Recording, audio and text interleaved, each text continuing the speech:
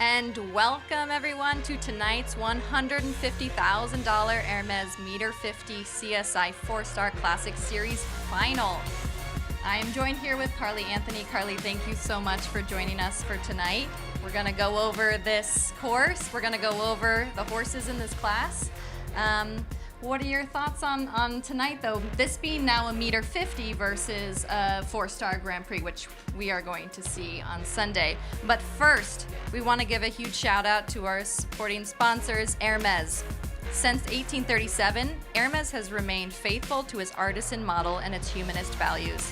The freedom to create, the spirit of innovation, the constant search for beautiful materials, the transmission of savoir-faire of excellence, and the aesthetic of functionality all forge the singularity of Hermès, the house of objects created to last. We also want to give a huge shout out to Dodd Technologies. Thank you to our streaming sponsors, Dodd Technologies, engineering extraordinary experiences since 1983. Discover how to elevate your sports, entertainment, and corporate events at doddtechnologies.com.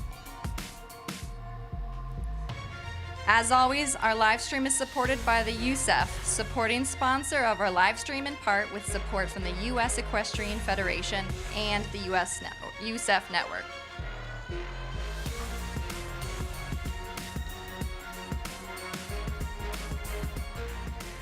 Like we said, we're here with Carly Anthony. So excited to have you here tonight. Thank you so much for joining us.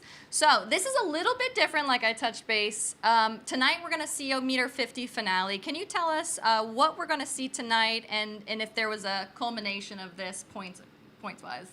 Yeah, absolutely. Tonight is definitely the bookend to a very long, successful, and exciting Hermès season. Tonight we're going to see a lot of the 150 winners, some people that have been, building up specifically for this night. And I think, was it Andy that built the course today? He did a wonderful job. I think it's at the max of 150, as big as he could build it. And the technicality of it tonight is, I think, going to be the true test of the evening. So, and what type of horses and riders are we going to be expecting to see here? We see some familiar names going down the list, maybe Marilyn Little, Alex Matz, Daniel Blumen is in here, Aaron Ballard, but maybe not some of the familiar horse names. Yes, I think you're going to see a lot of horses that are kind of prepping for next season, if you will, for these bigger night classes. This is a great way to kind of introduce those Saturday night lights at I wouldn't say easier level by any means, because I don't think tonight's going to be easy, but I think you're going to see a lot of those up-and-coming horses, new partnerships, newer riders trying to get to this level.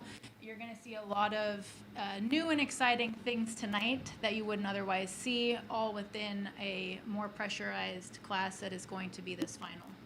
And in general, we've been seeing some of the meter 50s on Sunday, but never really so much for a night class. And we're going to throw the series standing up on the board here. Mark Blumen leading the way. He has a pretty solid lead with 212 points. Niall Nassar, McLean Ward, some familiar names. Aaron Ballard, Keane O'Connor. Tom Watchman, a newer name and face. Nicola Philipparts, we've seen him around. Richie Vogel, Eduardo Meneses, Daniel Blumen. I mean, those are some very top names here.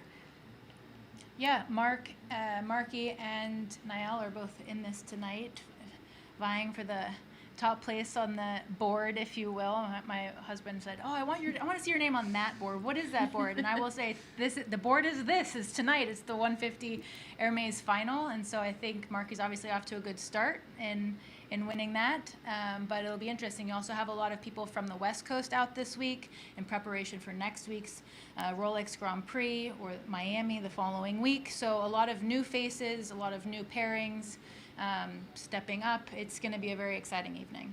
And just like what you said, this is a culmination of the 150 finale. However, this is one class. You win or lose it tonight, and we're going to see who's going to take the big prize here later on. But first, we're going to get to these breaks.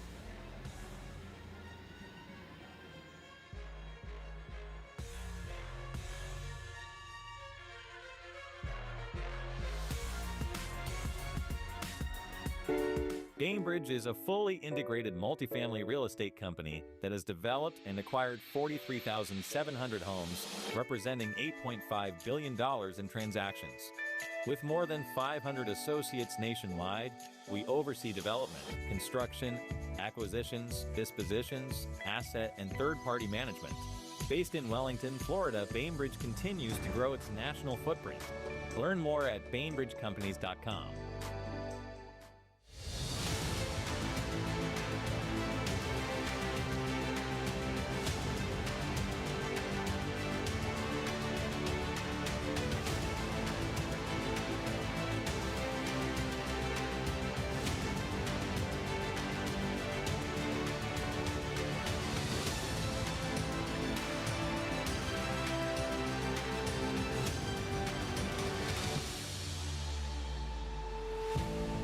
At Palm Beach Equine Clinic, we know your horse is not only a superior athlete, but a part of your family. With more than 30 veterinarians, 4 board-certified surgeons, and the most technologically advanced equine imaging suite in the country, our team has all the skill sets required for accurate diagnosis and successful treatment.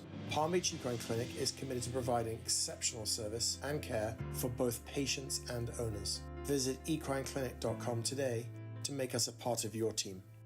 Welcome to Wellington International, the biggest horse show in the world. 3 months of competition through the Winter Equestrian Festival. Come and follow all the action. If you join us on site, that's great, but also on wellingtoninternational.com/live. Whether it's World Cup dressage, the Equitation Championships, top-class show jumping, culminating in that $1 million Rolex US Equestrian Open Grand Prix. Each week on Wednesday as well, join us for Lemieux WEF Weekly at wellingtoninternational.com/live.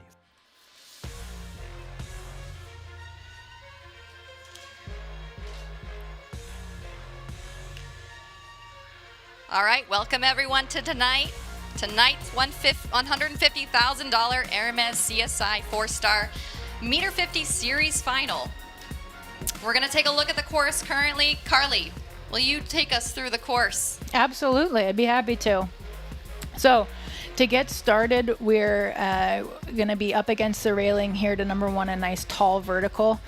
Unassuming, but not to be taken for granted by any means. Going to do a nice approach to an oxer. Was that a nice forward 7? Over to the oxer across the middle here. Also, the Hermès oxer loves to come down. Luckily tonight we don't have a Liverpool, so I think that's going to give it a little bit more of a nice jump to number 3. Rolling back by the outgate here to number 4, a tall, white, skinny. And then looking over to a pair of yellow combination oxer vertical, and then currently right now the number 5 is behind a few shadows, so that'll be interesting as the night progresses to see that light change, how that impacts the rails. Then a tidy rollback here over to an oxer, little balancing in 5 to a combination 1, and then you look over to a nice, very short line coming up here, up along the railing by the VIP to the Hermès now that has a Liverpool set underneath it. And he said, I think you won't get away with it that easily tonight. Rolling back over to triple bar, the WeatherTech triple bar over to a pair of double verticals, 12A, and then a nice continuing 8 to finish the last jump, square oxer by the grandstands over here. So set out to be a very challenging technical course tonight with lots of different rails that I think we'll see come down, but it'll be a really fun one to watch. Yeah, definitely to watch. This course preview presented by Fidelity Investments. Carly, do any fences really stand out to you as of now? Ones to watch coming down? Yeah, I think the white plank after the first combination here, so that's number 6. That rollback oxer is going to be quite challenging. It's really going to take away your momentum, and obviously that Hermès vertical off of that short turn or that short line with the Liverpool underneath is going to be a challenge. But again, as I've said to Stephen in the past, I've been proven wrong many times. So let's let these riders speak for themselves here tonight. And the first rider to speak, Philippe Amaral, welcoming in Montissima PS owner Philippe Amaral. He's going to get us started. I think nice approach to number 1, positive. especially with these shadows in the beginning. I think it'll be interesting to see how it rides versus when it gets a little darker and the lights start to come out and there's less of a shadow but more of a shine from the lights. And would you rather go early or would you rather go later? I'd say for this course, I'd rather go later, just because you're going to have more consistency with the shadows under those lights. You should have less. A little too bad rolling back to that by the in gate. Just touched in front a little bit and got a bit unlucky. Yeah, took fence 4 down. That's a very delicate skinny. And I think you were talking about seeing a possibility of 5 or 6 strides. After that yellow double, he opted for the short 6. Now here's the line that I think will also be a bit challenging. Now it's in the shadows, so a little less of a question with regards to the lighting, and rode that very well. Now it'll be interesting to see, do we know what the time allowed is? It'll be interesting to see what the time is in the next couple of courses, if it'll be tight, which I think we'll also ask another question on course, and to factor in for the riders. And just the last to come down. And Philip will finish with a total of 8 faults and a time of 74.99. Again, leading the way. We have no idea how to tell if this is going to be a good score or if this might put us further down on the leaderboard. But overall, I think a pretty solid picture. I agree. I think he painted the picture well on where riders need to take a little bit of time, spend a bit more attention, where they can breathe, if they can breathe. And so it'll be interesting to see as the night progresses how that all factors in. Absolutely, and he took home a 74 seconds. 76 is the time allowed. He had a second or so to spare. Next, we will see Michaela Langmeyer. Michaela's riding Pepita van der Rollebeek. This is a long-term partnership. Yeah, I think if she rides her plan, I guess would that be that she would be expecting a clear round tonight to go in and be competitive in the jump-off. So far, that first jump is being less of a question mark, but again, another rub at 4. So that was one that I didn't mark on my list, but I might add to now if I were going to go later in the course, just to set aside a little bit of time. It doesn't seem like the time is super tight, but it's definitely something to keep in the back of your mind. I thought he was fairly efficient, Felipe, in his round, so something to just kind of keep in the back of your head. Now that was my question when I walked in the course. It's a little uphill. After you have a careful plank to number 6, you kind of kill the engine a little bit. Going into the crowd and all those factors in, you want to really try to keep your momentum after number 6 so that you can get across the Oxer well. Yeah, just took the back rail of that Oxer going into the 5 to the 1, also taking the back rail out of that 1 stride. Yep. Good, and opting for the 8 to come home. Now, and that was another jump that I didn't factor in, but that 8 is just ever so slightly continuing there on the inside. So you have to really think about using your track there to make sure that they jump straight going to the last and not to drop that shoulder in, especially also on the railing. And with that crowd, it's really forcing them just in that last moment to cut in. Yeah, absolutely. Well, Michaela finishes with 12 faults and a time of 73.41 so far. Time doesn't seem to be a huge factor, but again, these horse and rider combinations have probably been jumping here a lot, knowing that time allows are always a factor here. All right, next we will welcome in Pablo Mejia. Pablo riding Contender. Contender, a 2016 Dutch gelding, owned by Pablo Mejia and Newsprint Farm. So, if you are the third person going in, what are you going to kind of tell yourself or factor in, maybe fence-wise, what you should look out for? So I'd say if you're not worried about the time, take a little bit extra time to number 4, and then make sure if you're going to want to save time to help keep your momentum, then be a little bit more efficient after number 6. But number 4 here, everyone's just getting a little bit past the distance. And I thought he did a good job managing that, especially this horse looks like it's a little more opinionated, a chestnut. And he seems to be doing a very good job managing it. So again, I think here he's trying to keep the rhythm through the turn, keep the balance, and let's see how he meets that. And we do see, there's a beautiful water decoration to the right side of the fence he just finished jumping. Does that matter when turning to that fence? I would say that depends on your horse. If you come in and you have one that's easily distracted, then absolutely. There's one of my jumps for the evening. He just got a little unlucky there to look down a little bit. But I would say otherwise, if your horse is focused with you, and I thought he did a very good job keeping him focused, then I don't think that should be as big of a factor. My thought would be that would be more of an issue going to number 6, especially with such a delicate tall plank. Yep. Pablo finishes with a total of 8 faults in 74.99 with 1 second in change. So far, we've seen 8 faults, 12 faults, and another 8 faults. Yeah, I think now you want to jump clear, so maybe save those extra 2 seconds to, take them where you need. Obviously keep that time in mind, but to number 4, to the plank, wherever you think you might need to just take a little extra time to make sure that you jump that specific jump or the jump following clear. He seems to give you a little bit of extra time tonight to do so. Next in the ring, we'll see Alex Matz. Alex is riding Viva Pleasure PS, owned by the 5-Star Partners.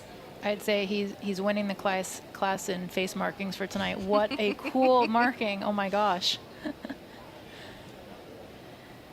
And this is a newer partnership for Alex. We've seen him with some of his great partners, Ikigai. What do we think about this new partnership? Have you seen this in person? No, not yet. I already love it just because of the look, but the expression is great. She seems to be going nicely, a nice snaffle mouth. It seems to be a good match, and he seems to be riding the course exactly how he planned. So why do you just got to jinx me like that? But here we are. They'll have many more classes, but nonetheless, is a night to get to know her a little bit better and build that strong partnership so they can come back and win some more classes. But otherwise, I think he's doing a great job riding each line, especially this here. Yep, already a strong partnership, taking second in the 2-Star Grand Prix in Ocala in March, as well as a 3rd place in another 145 there. No, I think he's doing a great job. I think he's riding it how it walks. Let's see how he rides this last jump here. Nice, a little light rub, but he managed to keep her straight, and overall, I'd say a pretty good round for a fairly new partnership. Yep, finishing with the best score that we've seen so far, 4 faults in a time of 72.80.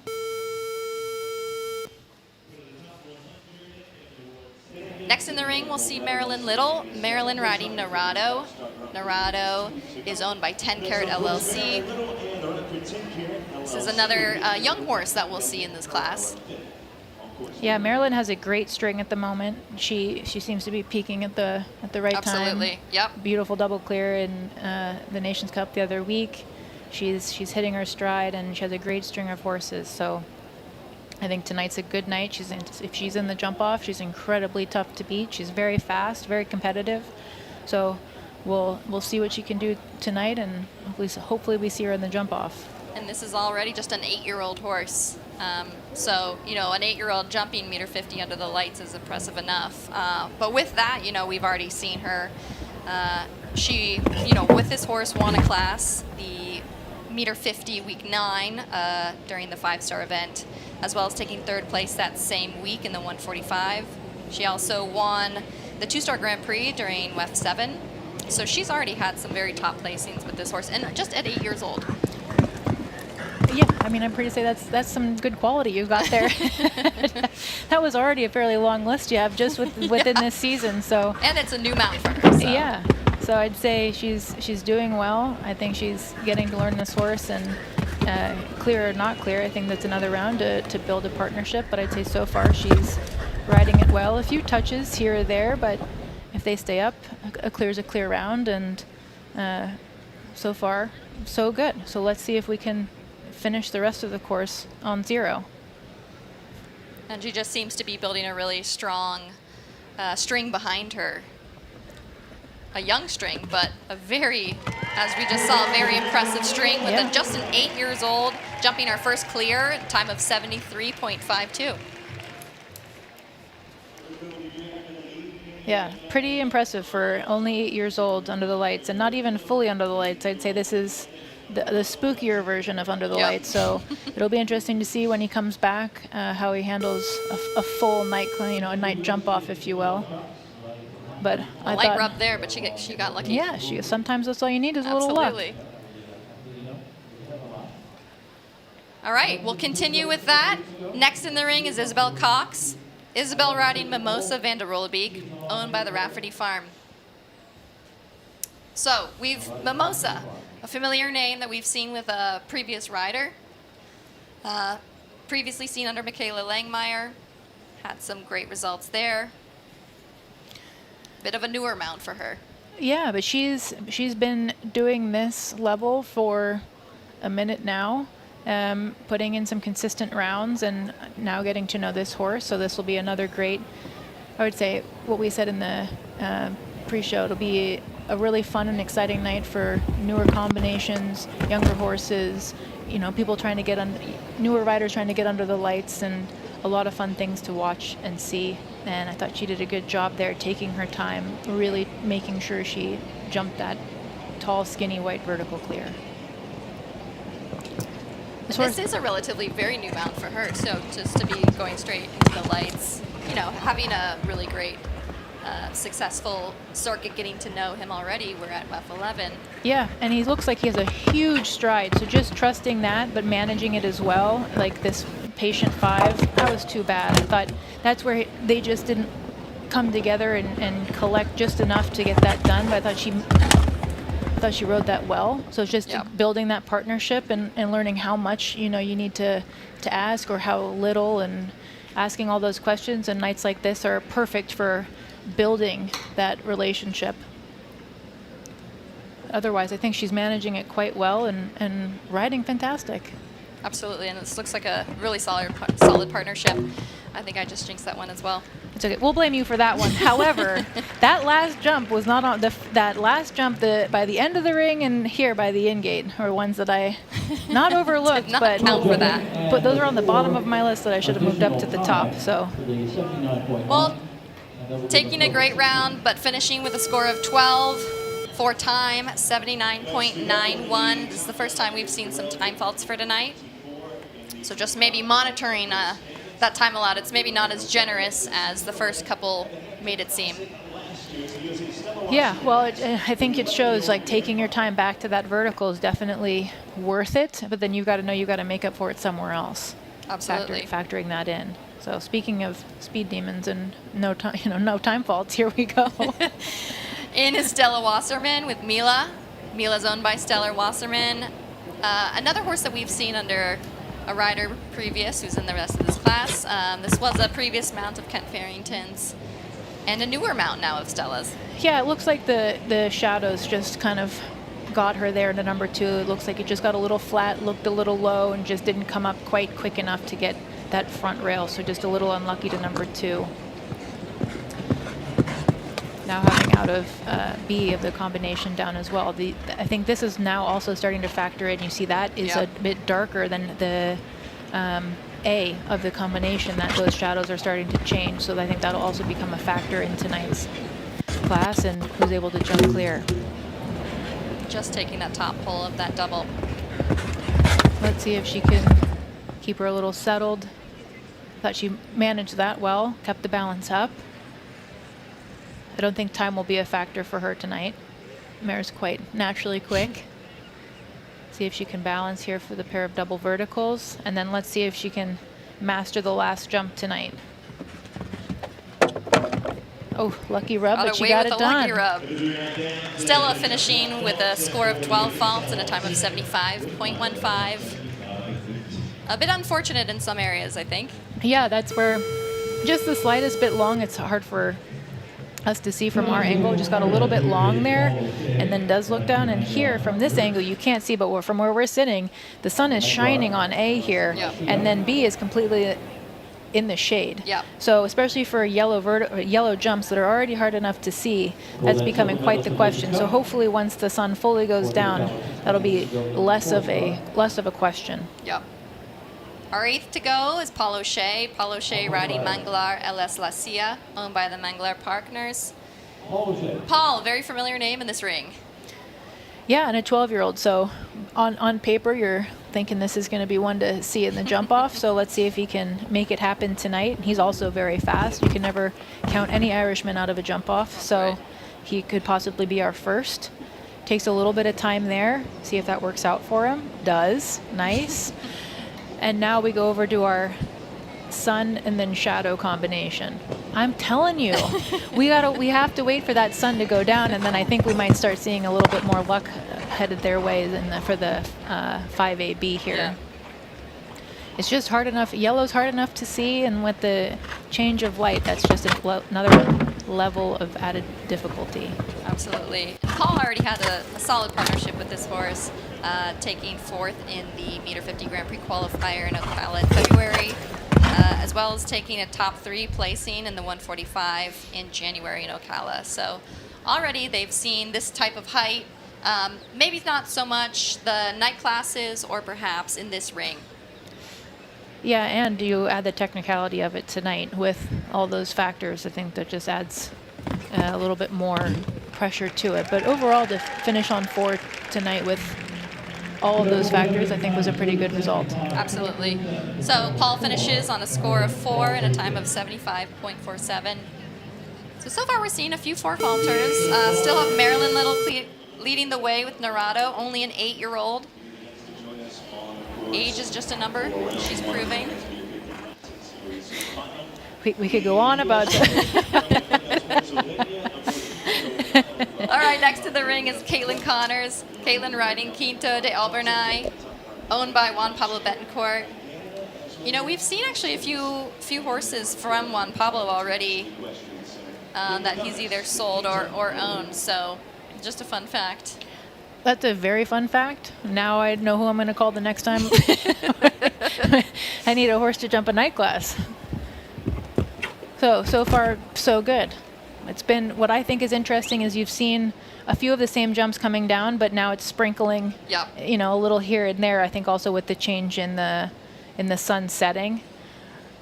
Looks like it's a little bit behind her. She's managing it well, but based on how it looks, you're going to think maybe time allowed here. So she's going to gallop around here, but got to stay tight to stay within the time. This seems like a little bit of a slower horse. Yep. And I think if she peek at stays, yep. I'd say it doesn't look like they're peaking at that water feature. Yep. It just looks like that Oxer, it's also uphill just the slightest bit. I mean, I know Florida has no curvature in any part of it. However, the way that this is built is just the slightest bit uphill to that Oxer. Yep. And it just looks a little bit impressive coming off of that short turn. It just seems like something that the course designers kind of take into account. Yeah, well, by this time of the season, they know that this ring by the back of their hand. So they know all the little tricks to make sure, especially if they can't build it any higher or more technical, where they can place the jumps to make sure that you answer all of their questions correctly. Absolutely. Caitlin finishes on a total of 4 faults with 2 time faults and a total time of 77.83. So this is the second person we've seen some time faults with. It just seems like you always kind of have to keep that in the back of your head.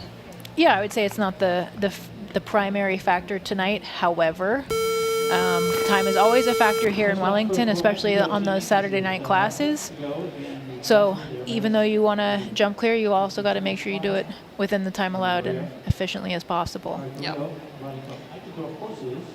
Next in the ring, we're going to welcome Tanimara Makari. Tani's riding Canala T, owned by the Eckendorf horses. 10-year-old Hanoverian mare.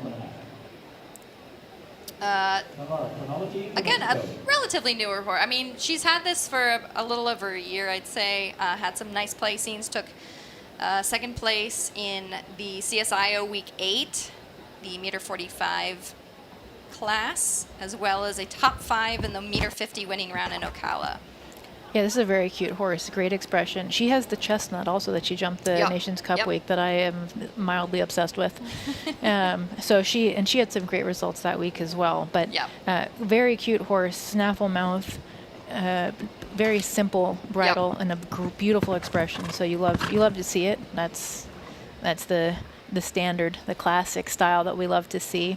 I feel like she's doing okay on time. The pace looks good. What do you think? Yeah, I think pace looks nice. You know, I think that they seem to have figured out some of the lines, and that is both. I think those doubles seem to be pretty tricky. Both the yellow double and this teal. Yep, it looks like because you have to ride that oxer to get across. That kind of puts you out, you know, on a very flat stride. Then that 5 gets a little short. So if you're slowing down, you still come in. You need a little bit of impulsion in there. You have to come in with some power to get out rather than flat. But if you slow down into that 5, everyone looks like they're kind of not shooting out, but they're not jumping around. You want to keep the shape there, keep the impulsion. It almost just looks like some of the horses land maybe a little bit shallow off that Liverpool oxer, and then they have to ride up more than they're expecting. I mean, that is a hard enough oxer, and I'm sure even if it's 150, I think that oxer off that turn is going to ride much bigger. Tanny finishes on a score of 11 and a time of 78.83. So again, one with a few over the time. Just keep that in the back of our heads. Yeah, she was on the pace, but maybe then just could have tightened up her lines a little bit to stay in within the time. Yeah. Next in, doesn't need any introduction, and I would assume is probably going to be well under the time. Daniel Blumen with Gemma W, owned by Over the Top Stables. Gemma W, a long-term partner of his. Won the WEF this week, correct? Am I guessing the right class that he won? He did win something, so I want to say he won the WEF. So yes, can be very fast if he makes the jump off, and that is if he still has a long course ahead of him. I thought he was efficient there to the end of the combination. Now you're starting to see that shadows going away. So the sun is setting, the shadows are tempering, less obvious, less jarring. So we'll see how the course changes throughout the night as the lights get brighter and the evening gets darker. Yep. And yes, he did win the WEF. All right, I love being right. I'm usually never right, so when I am, I got to take the win here. All right, I think he's okay on time, but like Tanny had a good pace, but a wide track. I feel like he has a good pace and he's tidier on the track. He's at 63. I think he's going to be all right. Now he has to jump the last jump clear. He's got to make sure she jumps this straight. And this was your bogey fence. Here we go. There we go. All right, let's have a jump off. Second clear of the night. Clear round in a time of 72.29. Again, time never a factor for him. So this is shaping up to be quite a quick jump off. Yes, I agree. It's going to be very exciting, to say the least. You have an 8-year-old and 15. A very old and, well, okay. Sorry, Daniel, you're not old. But the partnership is mature, I will say. How about that? Absolutely. They've been together for a while, so it'll be a very exciting jump off. Just like what you said, a test of new and old times. Yes. And with that, we're going to welcome Hallie Grimes into the ring. Hallie's riding Caroline of Balmore, owned by Can We Keep It LLC. I think always a fitting name. Yeah, it was very creative. I like that. I like the name. She's had a lot of great results on this mare. Not the easiest to ride, and she has somehow, taken her time and figured it out. And there is nothing better than a mare that fights for you. Absolutely. And she has taken as much time as she needed to make sure that partnership goes in her favor, and it's shown. She won a lot of U25 classes, won some good Grand Prix on her, so hopefully tonight can be another night to add to her list of accolades. Yeah, so this partnership is just about 4 years old, taking over the reins after Ashley Bond won the series, or I should say the Grand Prix finale several years back here. But we've seen Hallie take 6th place in the World Cup qualifier over West in January. She's also taken 2nd in the Holiday Inn Horses Grand Prix here. That's too bad. I thought she rode that oxer Yep. beautifully, trusted the scope, trusted the power, so that she didn't have to override too much into that, and I thought that was just a little unlucky. Yeah. And luck has to play a factor. It definitely does. That's why I always buy the person Starbucks behind me in the drive-thru. You just gotta fill that piggy bank of luck when you can. All right, hopefully she can make that 8 work to come home. Beautifully ridden and held her straight to finish. Allie finishes with a time of 73.98, unfortunately taking just that top fence down. That was too bad. That was too bad. That was what we were going to call a little unlucky tonight. That she really trusted her horse there over that oxer, so that she didn't have to be loud, that she could talk to her in a nice, smooth way to get that 5 done, and the mare just needed to be on that same page, and I thought it just a little unlucky there. And then seems fought to just for be the her bogey, well. the bogey fence there. You know, in the beginning, it was what you talked about, that last fence that you kind of overlooked. Yeah, a little and bit the of a skinny. vertical. Yep. But everyone's catching on to those two now. Now I think they're going to have to start paying a bit of attention to those 2 combinations, the yellow and the blue. The blue now being a bit more of the factor. Yep. Well, we'll see if Luciana Lacio can figure it out with Lady Louise Jimen, owned by Luciana. This is a 16-year-old mare that we've also seen take the win in a 4-star last year, just a couple weeks ago. But last year, great partnership, great horse and rider. Oh. No stranger to this ring. Talk about a good mare. You know, we're going to see a lot of those tonight. We just saw one. Here's another one. A great combination. I love when she jumped to clear one of the Grand Prix that last year, and the celebration was one of my all-time favorites. I love a good celebration. Yep. You know, we work day in and day out to put in some good rounds, and when you have a good clear round, celebrate. Absolutely. I mean, why not? I think that was last year, maybe 2 weeks ago. Yeah, in the 5-star. Yeah, she also took the win actually in the 2-star Grand Prix week 3 here. Fabulous. Well, she did the hard part well. Trusting the scope there on the oxer, making that very careful vertical look easy. So hopefully she can bring it home, because she also is quite fast. Just got a little stuck. I mean, that's a hard enough turn going away from the outgate. They just made such a substantial effort across the middle there, and then over that tall vertical. Yep. They lose a little bit of momentum, especially because you had to collect so much. Yep. So if you don't get back on that rhythm and get those engines turned back on for that triple bar, which is big enough away from the outgate, you'll see something like that happen. That was too bad. Otherwise, thought very, very good. Just looked like she was a little bit backed off maybe in 2 of those spots to the last fence and also to that triple combination. Yep. That was too bad. Luciana finishes on a total score of 4 faults and a time of 72.62. Now we're starting to see a lot of those 4 falters. And there's the replay. Just looks a little bit off of that, and the horse just kind of had to stretch or maybe held back a little bit and then had to stretch for it. Another speed demon in the ring. We're going to see Aaron Ballard. Aaron's riding Dior, owned by Elan Furter.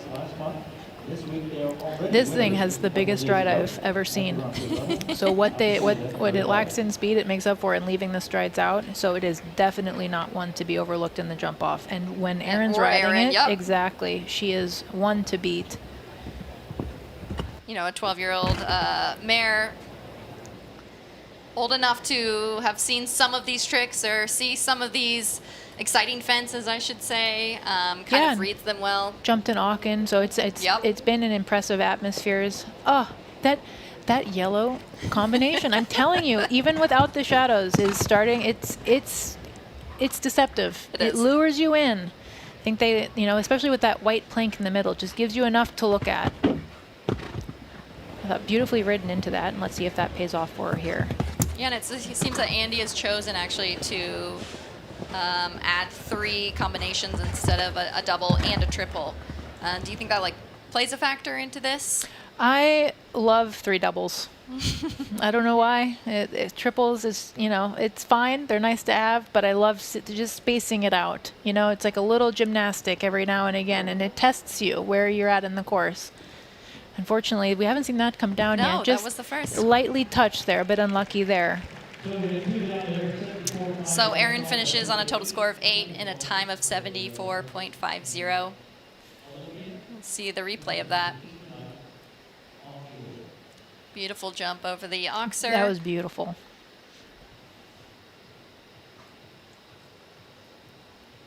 And just into the very delicate double of verticals. What do you think? She barely touched Yep. it. That was a bit unlucky. Yep. I mean, we've seen harder rubs earlier tonight, and they've stayed in the cup. So just when you need a little bit of luck. Well, we'll see if our next rider in the ring has a little bit of luck. That would be Kent Farrington. Kent Farrington riding Casina, owned by Haiti McNerney. This is a 9-year-old mare, so a newer mount and quite actually relatively new. They've only been partnered just for a couple months now, but already taking 8th in the Thursday meter 50. He loves a gray mare. He And does. I love the expressions of these horses coming in, also in snaffles. They just look so happy and engaged and ready to go and compete. It's really a pleasure to see. And we're going down this list, and there are some incredibly fast riders in this class tonight. Absolutely. So speed will definitely be a factor in the jump-off, whoever is lucky enough to get there. And hopefully we can see this speed demon in the jump-off, because he's definitely one to watch. And you know, it's interesting, you know, he's kept a few horses in different areas. We really have not seen this horse, particularly at WEF. We saw the win. She took the win in the meter 45 in February in Ocala, as well as second place in the 4-star winning round class there. Also in Terra Nova took some placings, so really not much exposure at WEF. I'd say he's a planner. So whatever this plan was, he's going to execute it. So it'll be interesting to see how it works for him here. A little bit behind. Let's see if he can manage this tricky combination. Easy. Very well managed. She just got a little away from him through that turn. I think that's where that water feature kind of caught up to them. We haven't seen that yet, but it looked like she just caught her eye on that. But he managed that well. Nicely ridden to the triple bar there. See if he can balance up for this pair of careful verticals. Looks like he chose to add the 7. Yep. Last fence, and we see our third clear, 73.81, third clear of the night. We're gonna add that list. It's looking out to be like the Formula One of jump-offs for tonight. It is gonna be very fast. I'm excited. So, you know, we've seen, now this is a 9-year-old, we've seen an 8-year-old, a 9-year-old, Gemma, 16-year-old, 15-year-old. We're getting the rainbow of combinations tonight. We have from the U.S. Adrian Sterling. He looks very happy to have completed that. Next in the ring, we're going to welcome Adrian Sternlick. Adrian's riding Cora Blue Z, owned by the Starlight Farms 1 LLC. This is a 10-year-old Zangerscheid mare. Number 4, Grand Prix horses on the circuit this year. Again, we've seen some newer mounts of hers as well. This one she's been partnered with just for about a little over a year, I'd say. We've seen some nice placings already. WEF 10 took a top 10 placing in the 150.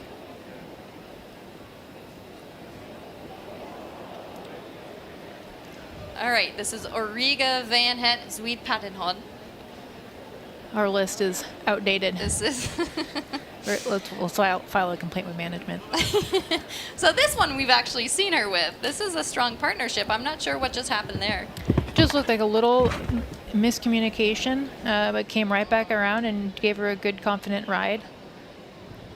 So let's see if she can finish the round nice and strong and get ready for whatever her next class or her plan is for this mare. Yeah. Took a 6th place in the meter 50 this Thursday. 6th also in the Ocala Winter Series during March. We've seen this horse and rider combination really successful. North Salem, they won the Blue Diamond Cup, the meter 55, as well as in Ottawa. That was a big win there. Yeah, and I thought she rode that line. That was one of the better ridden lines that we've seen tonight across the middle there. I thought she rode that very well. Trusted it, rode in, trusted it, and was very quiet. And compressed the stride to get that 5 done without feeling that the horse had to shoot out of the combination there. And maybe we'll see a replay of fence 2. You know, actually thinking back, I believe it was one of our earliest Grand Prix here Oh during my gosh, WEF2, that Grand the Prix. fan. Yeah, the fan jump. I feel like Dahlman and Co. got a surge in jump sales after that Grand They Prix. did, yes. Well, maybe we'll see a replay of what exactly happened. Just didn't quite like maybe the fans or the cutouts underneath it. Maybe a little bit surprised. Yeah, I agree. Just couldn't quite figure out what was spooking her there. I thought she came around and gave her a nice confident ride after. Seemed to have caught her eye on it correctly after that. That was too bad. We'll see her back again. Finished with 8 jumping faults, 16 time, 91.07. Next, we'll welcome into the ring Michael Walton. Michael riding Viva La Vida, owned by Mia Murano. This is an 11-year-old Zengerscheid gelding. And he took second place earlier this week in the meter 40. We've seen him already in Tryon, taking 8th place in the 145 Welcome Stake Grand Prix qualifier. So he's had a few top placings in the 145 division. Yes, this is one of my favorite horses of his. He has a lot of very good horses, but I have to say this is one of my favorites. And a great combination, a great pairing. I was a bit unlucky. Yep. But again, that into the yellow. What's so interesting is I figured it would be more B, but it seems to be A. That's the factor of it. And again, we see this other combination come down. Yeah, just a little flat coming into that. Just jumped a little bit past the arc. Couldn't quite finish behind. Just not their night tonight. It's not a problem. And choosing not to finish, call it a night, and start fresh another day. So Michael deciding to retire. And we'll see him back again, I'm sure.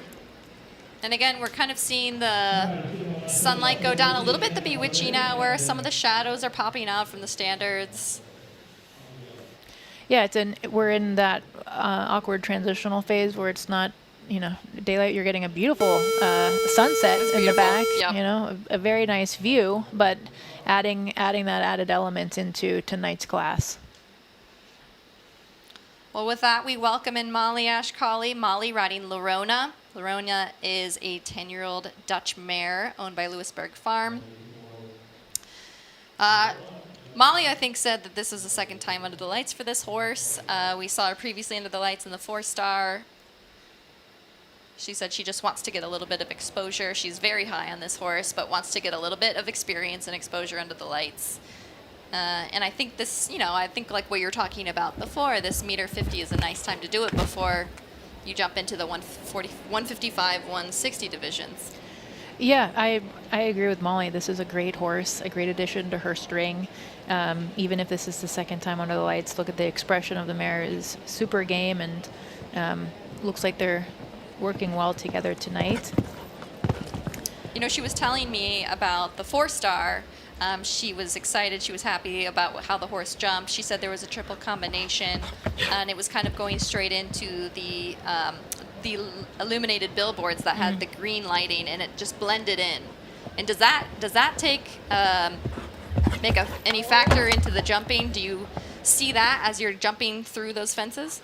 Yes, that was a very lucky rub, so hopefully that luck continues with her throughout the rest of the course. But I'd say yes, when they build those, especially when you have that blue combination going into that green lighting, it definitely kind of fades into the background. I don't know if the lighting is what's creating that factor tonight. I think it's just the undulation of the ring and the way he set the jumps, but that definitely becomes a factor. I think that was too bad. I thought she rode that well, and a great round for horse and rider tonight, and I thought the mare jumped very well. Molly's going to finish just on the 4 faults, an unlucky 4 faults, in a time of 74.51.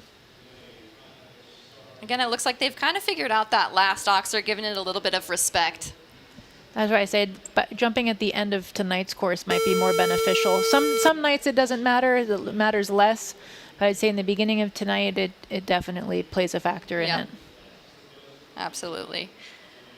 Next in is Nicolette Hurt. Nicolette riding Chateau 7, owned by the Chatwood Farms LLC. So this is an older partnership, 17-year-old gelding. We've definitely seen them have some great placings. taking a top 7 in the 145 WEF 3 in New York last October. They took 6 in the major league team competition, as well as a 3rd place in the 140. Yeah, she's had a good winter so far. And this horse, that was too bad. I thought she took her time there and just didn't finish behind. Yep. Let's see if she can manage this clear. That was They good. jumped that well. Jumped that very well. And you know, the walking the course, it just seemed like that 5 after the double, that yellow double, seemed a little bit long to the plank. Thinking the plank might be a more of an issue, but it's seeming to be one of the easier ones to jump on. I agree. That was on my original list, and was I wrong? Doing the hard parts pretty well. Rode that tricky Liverpool well. So just a bit of a shame to have number 4 down. I thought she did her best to set up and take her time there to give the best balance, and just looked like it couldn't quite push off with enough power to finish behind there. And then a little unlucky coming out of B. It seems like everyone's figuring out the last jump as well. Yeah. And one on the clock. One on the clock. So she finishes on a total of 8 jumping, 1 time, 76.24 is the time. It looks like just delicate light touches. That's all it takes to tip a rail. It's fascinating because we've seen some hard rubs and we've seen some light ones, and some have fallen and some have stayed in depending on either, and you just have to have a little bit of luck tonight. We'll see if Peter has some luck tonight. Next in, Peter de Brabandier on First Choice HT, owned by Marty Higgins. It's a 15-year-old Dutch warm blood stallion.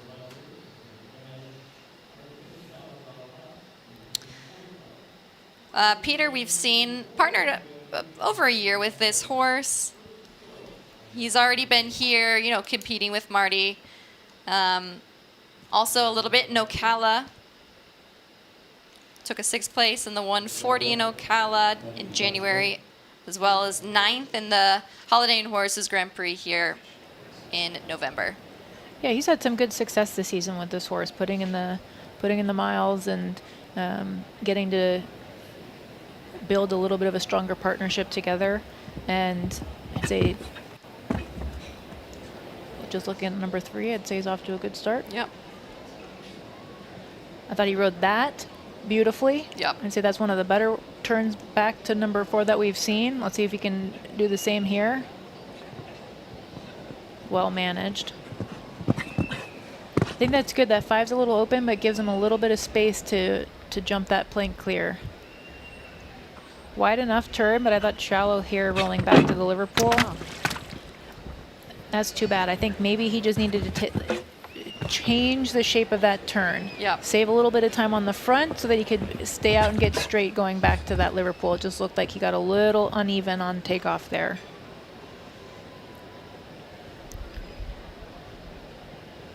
Seems to be managing the time okay. Yep. We really didn't see the double of verticals play a big role in the first, I'd say like 10 or 15 horses, and then it kind of started to show itself. Yep, starting to show up a little bit more of a question near the end of the first half here. But now we're starting to get into the darker part of the evening. So now I feel like we're getting more to your standard Saturday Night Light class where it starts under the lights and that atmosphere is here building. So the riders in the beginning, unfortunately, were a little bit to a disadvantage with the change in light, the shadows. So maybe people starting to file in a little later than normal. Yep. Just a little change of ambiance. Absolutely. Peter just finishing on 4 faults in a time of 74.44. Next, we welcome in Nick Delajoyo. Nick on Cornets Cambridge, long-term partner, owned by the Barry Group LLC, 14-year-old Oldenburg gelding. This pair has done great things already, just making their way from a little bit of a setback from an injury for the past couple years. We haven't quite seen this pair in some of those top classes like we have at World Cup finals. I believe this is his first bigger class with this horseback. He's jumped a few 145s, and he just said he's kind of feeling him out. Yeah, I'd say this is a great place to start back, get back into the rhythm. A little wide in this turn here, so knowing that, even though he seems to be on rhythm, we know if you're going to take wide tracks, you're going to push your luck on time. A little lucky out of that combo, and the horse, he knows his horse well. Yep. Managed that well coming out. And he's jumped plenty of tracks in this ring. Really trusts this horse completely. You know, this horse has done some big tracks in the past. Opted for 6 there, here. Let's see if he can stay straight to finish. Nice. Lucky rub, but gets See? away with it. Just need a little luck. 74.95, clear round. So it's shaping up to be quite an exciting jump off. I think Nick will be extremely happy with that.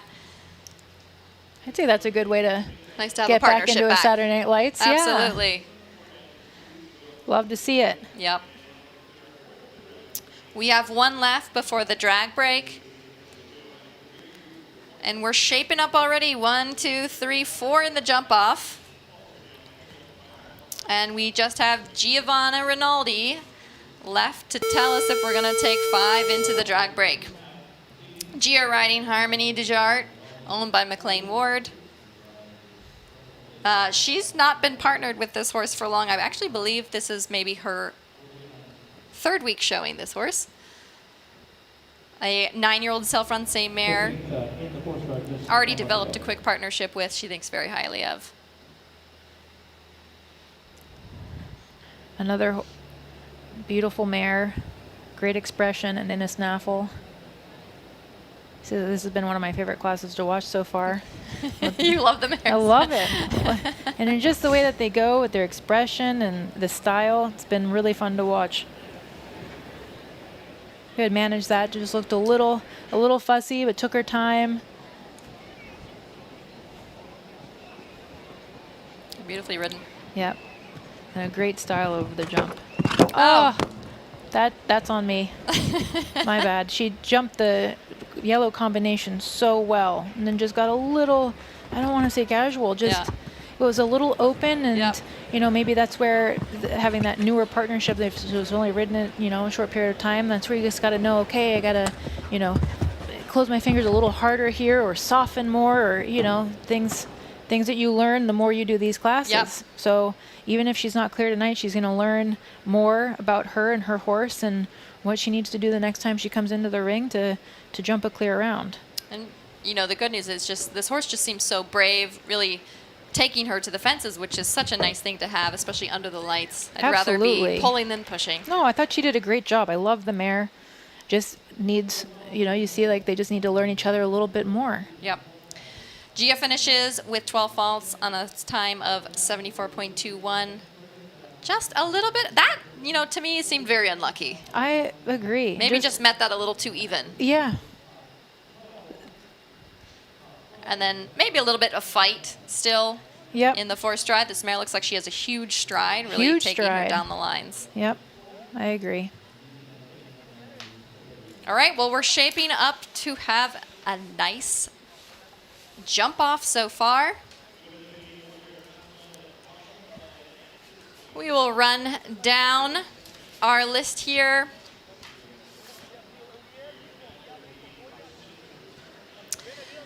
So, Marilyn Little, our first clear.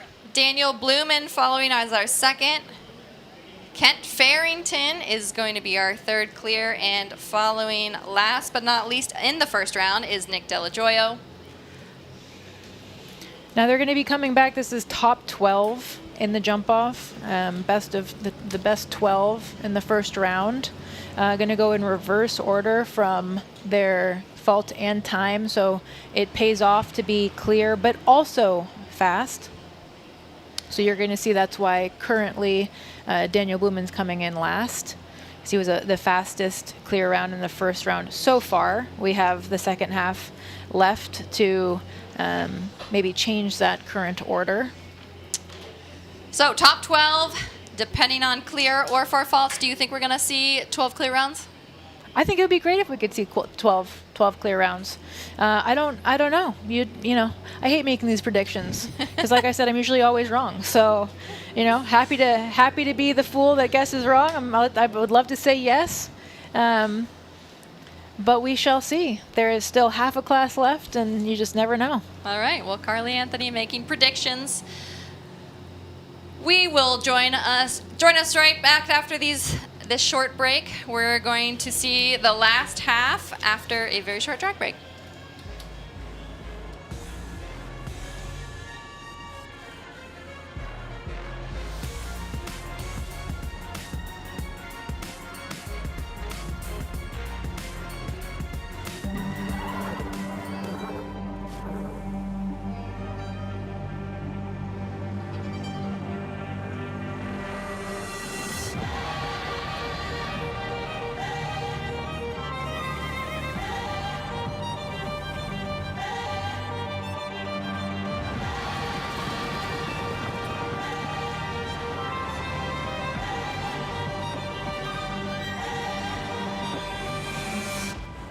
Thanks for walking us through the plan. You guys heading up north soon? Yeah, we've got Lizzie for a couple weeks this summer. Taking her fishing, I hope. That's the plan. Doors.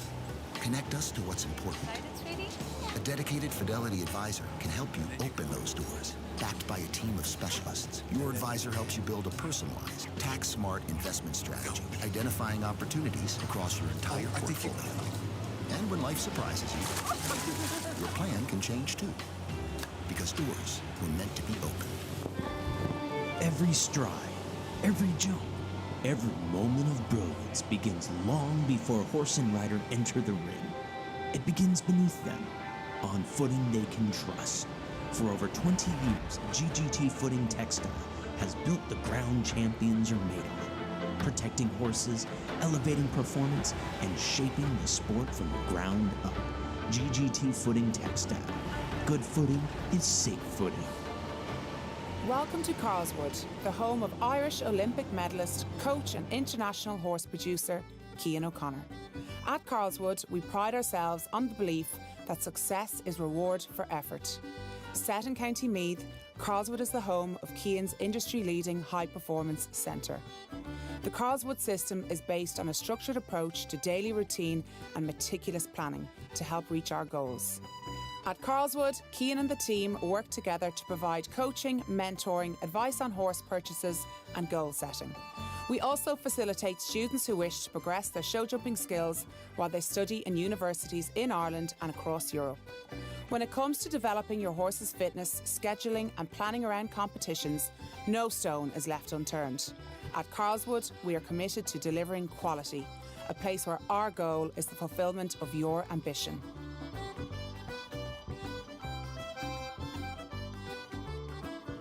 At Palm Beach Equine Clinic, we know your horse is not only a superior athlete, but a part of your family. With more than 30 veterinarians, 4 board-certified surgeons, and the most technologically advanced equine imaging suite in the country, our team has all the skill sets required for accurate diagnosis and successful treatment.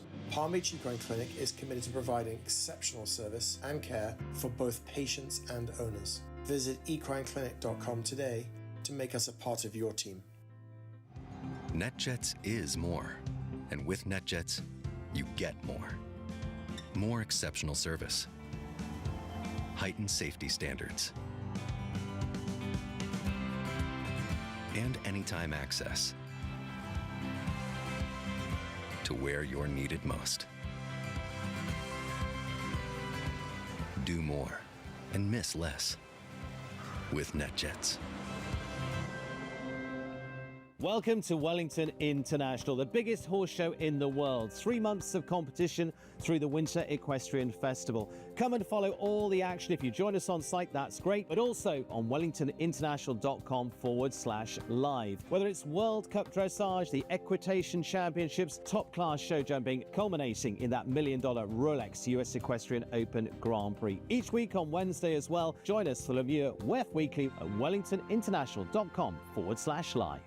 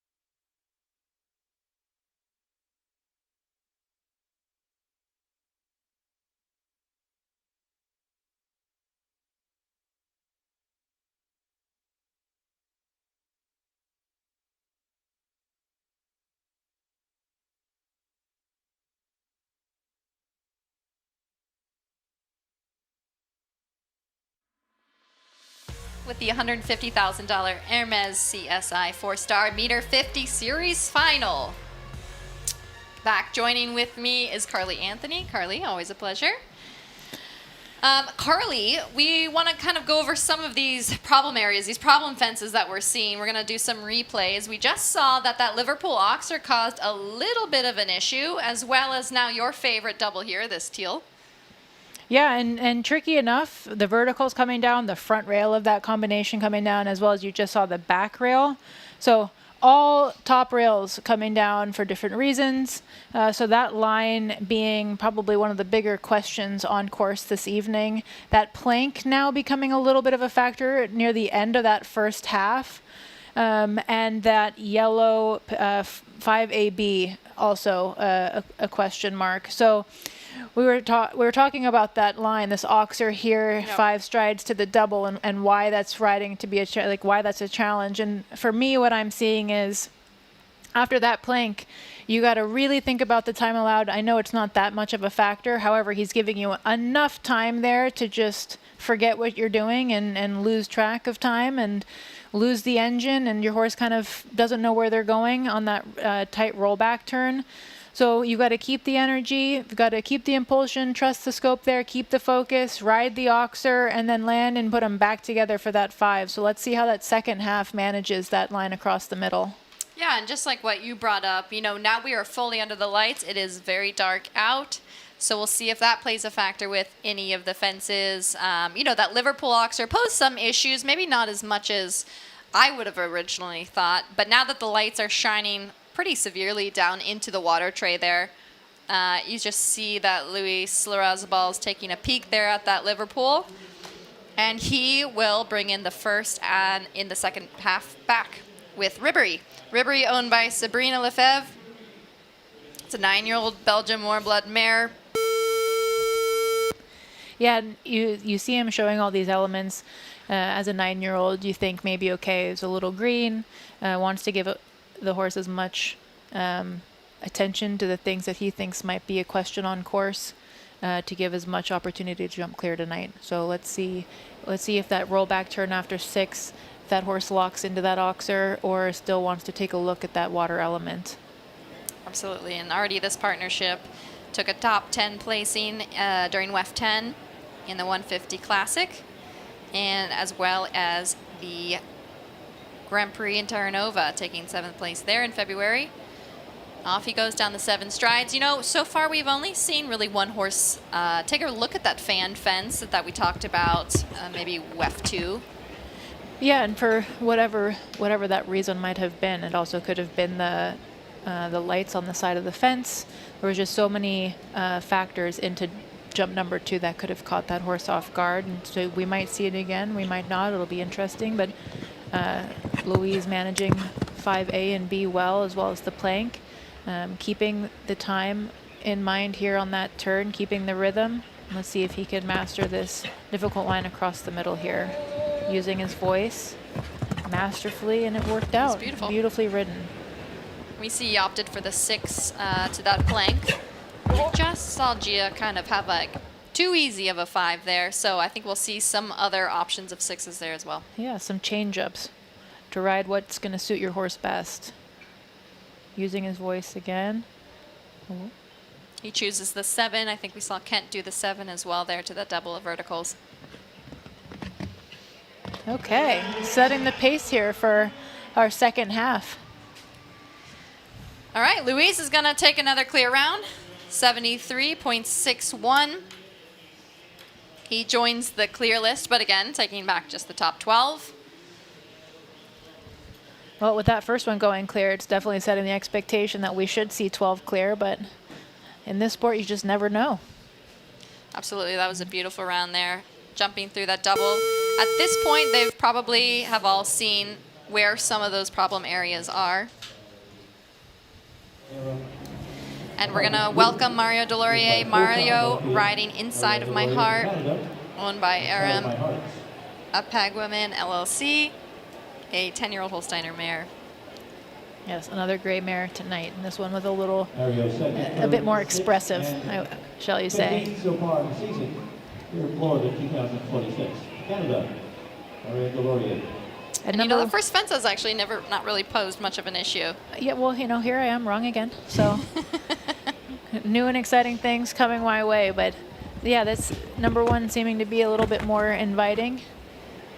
And I think he gets you going on a nice open rhythm down to 2 and 7. So really helping start you off on a good pace and helping set your intention. Yep, and Mario already having a strong partnership with this pair.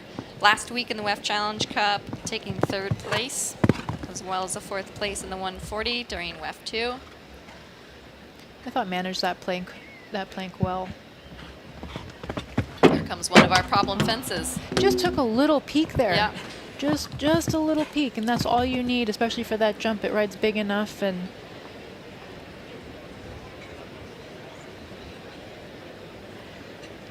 does the 4 nice well. 4. Yes, and you would have thought, okay, you know, does she want to look down at that Liverpool? And I thought he corrected that very well. Rode that 4 beautifully. Nice 6. Jumped the tall verticals very well. Really just that unlucky fence there. Yeah, that was too bad. That was too bad. I thought he rode that well too, and looked like just in the last minute, she just looked down a little bit at the Liverpool, like you said. Now under the lights, starts to get a little bit shinier for reflection of that water. So it'll be interesting to see if we have some more horses making that similar judgment. I don't want to call it a mistake, but just a judgment there. That was too bad. I thought otherwise beautifully ridden, and the mare jumped very well. Yep, Mario finishing on a score of 473.92. Again, we're just going to keep an eye out on those 4 faults. You know, depending on what we see further down, some clear rounds, maybe some 4 faulters could sneak into that top 12. So also something to keep into mind if you do have one down, to be mindful of your time, so that if there are multiple 4 faults, but a very, you know, but let's say 9 clears, if you want to make it in the top 12, you've got to be a fast 4. Yep. Max looking to be a fast 4. Max Watchman on Fancy to Kurgain, owned by the Coolmore Show Jumping. This is an 11-year-old self-Francais stallion. That was too bad. From where we're sitting, I thought he made a pretty nice direct line, but maybe just got there the slightest bit early. But, you know, within millimeters. I thought he rode that very well, so a little unlucky. And with that being yellow, you know, that being one of the harder jumps on course, it just needs a little bit of luck. Gets away with a little bit of a rub into the 4 line. He just needs to be a little bit mindful of the time allowed as well. Opts for the 7 here, so not helpful if you want to have that time to factor in. Time seems to just be a factor here. Just a tick over the time, finishing on a total of 5 faults. 4 on the jumping, 1 on the time, 76.90. So looking like 5 faults might not get you into that top 12 thus far. Not tonight, but let's take a look. I mean, I thought he made such a nice ride going into that, and maybe just needed to help a little more, but honestly, it's just, that was too bad. Yep. Marky Blumen next. Marky riding Felina de Septon, owned by Mario Delorier. Ooh, lucky rub to number 1. Mare, there we go. But stayed up, and that's the important part. The leader of this series. Heavy is the crown. That is so right. Let's see if he can join the top 12 tonight. This is a very fast pair here. He is also having a spectacular winter season. Yeah, absolutely. A great group of horses. And he is usually well within the time. But absolutely. Already taking 2nd place with this horse, meter 50, WEF 5, as well as 2nd place in the meter 40 that same week. As well as a win in the 145 WEF 2. So already we know that this partnership is a winning combination. We'll see if it's a winning combination tonight. yeah, so I think all he needed was a little rub at one to give him the extra luck he needed to get through the course tonight. We shall see.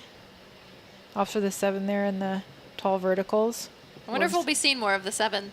I think it's going to be horse dependent. If you have a horse with a big stride, that might not be the right choice, but that for this particular pairing worked well for him. So it'll be good to see him come back. Markey being able to defend his title once more into the second round. Clear round 73.48 is the time. Markey sitting very pretty. And again, we will go in reverse order. So he was on the quicker side. Yes, maybe not as Battle of the Bloomins tonight. Yeah, that is right. So as we see Markey leave, we'll welcome Celso Ariani riding Facunda de la Nutria, owned by the San Marino Stables. This is an 11-year-old Cel Francais gelding.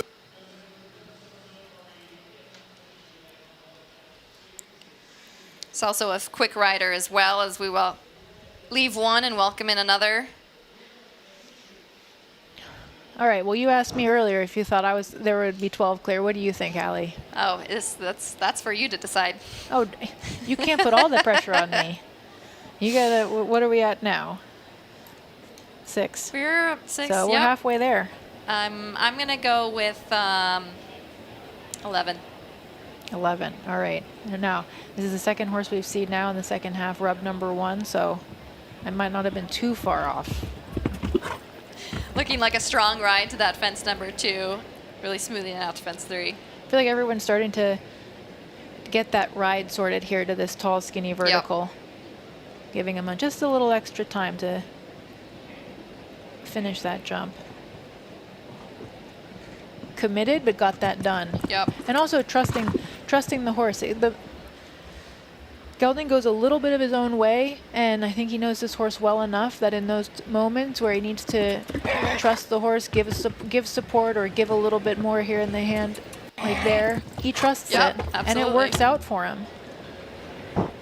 Horse doesn't have as big of a stride. We've already seen him adding a stride to the plank. That B of that combination came down late. He had that down really in too bad. front. We didn't even see it. Yeah. Didn't even hear it. Taking a bit of a strong ride, though. Opting for the 6. And working out. Even on a little bit of a shorter stride, that 6 worked out for him there. And taking some time as well, so a total score of 6. 77.47 is the time. That was a very quiet rail. Yeah, we'll see. Oh, we're going to get a little remix rewind here. Gave a lot of support here, but trusted it.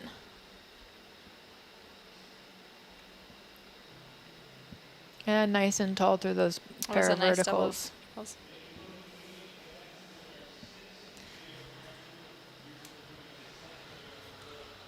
Well, next in the ring, we'll welcome Catherine Hufstutler.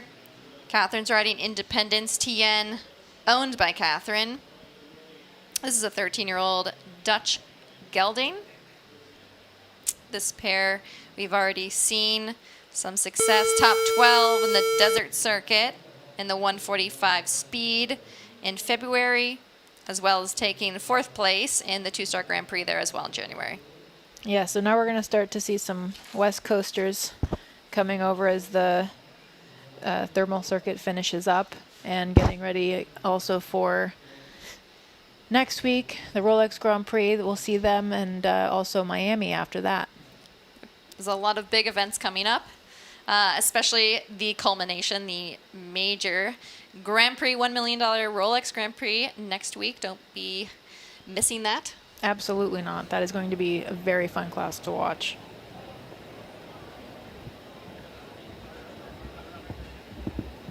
Catherine organizing for fence 3. Let's see if she has that neat and tidy turn you've been talking about to that skinny. Yeah, it takes her time, but then you do want to say, okay, manage that well, but now she's got to now think about the time. Maybe a little bit of that time, yep. Even if, you know, she has one down, if you want to make it in the top 12, now that we're seeing more and more clears, you have to have now be a fast 4 falter. So you got to keep that in the back of your mind that obviously your plan is to go in there and jump a clear round, but if you don't, you also have to have the time in place. Absolutely. And, you know, if they do not get all clear rounds, a time fault, and I think I may have jinxed that, but a time fault could maybe sneak in. That is true. Just looked like it got a little hung up there.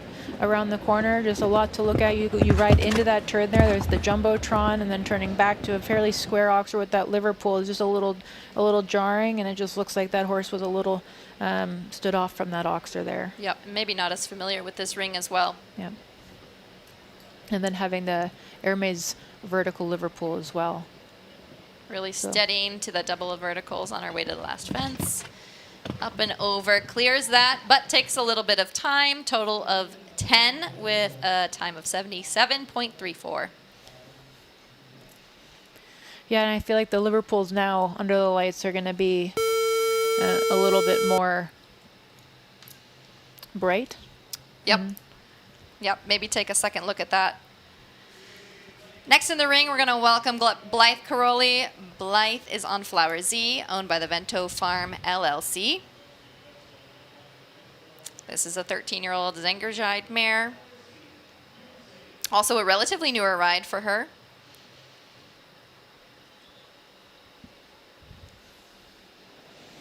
Again, fence one just seeming to kind of welcome them into the course. I agree. And she's on a good pace. Gets direct over to number 3. And let's see how she makes this turn back to number 4. Like that's now becoming less of a factor. Yep, and more of just a time saver. Yep. Here's our first challenge. I would have also said maybe she needed to be a little bit more direct there to think about time allowed, and she took her time trying to set up the in of that combination, and still is now a factor in how to ride that clear. I think that's going to be horse dependent. Horse and rider pairing, they're going to have to pick a plan and a track that works best for them to get that clear over A and B. But again, I think this is a very relatively new partnership.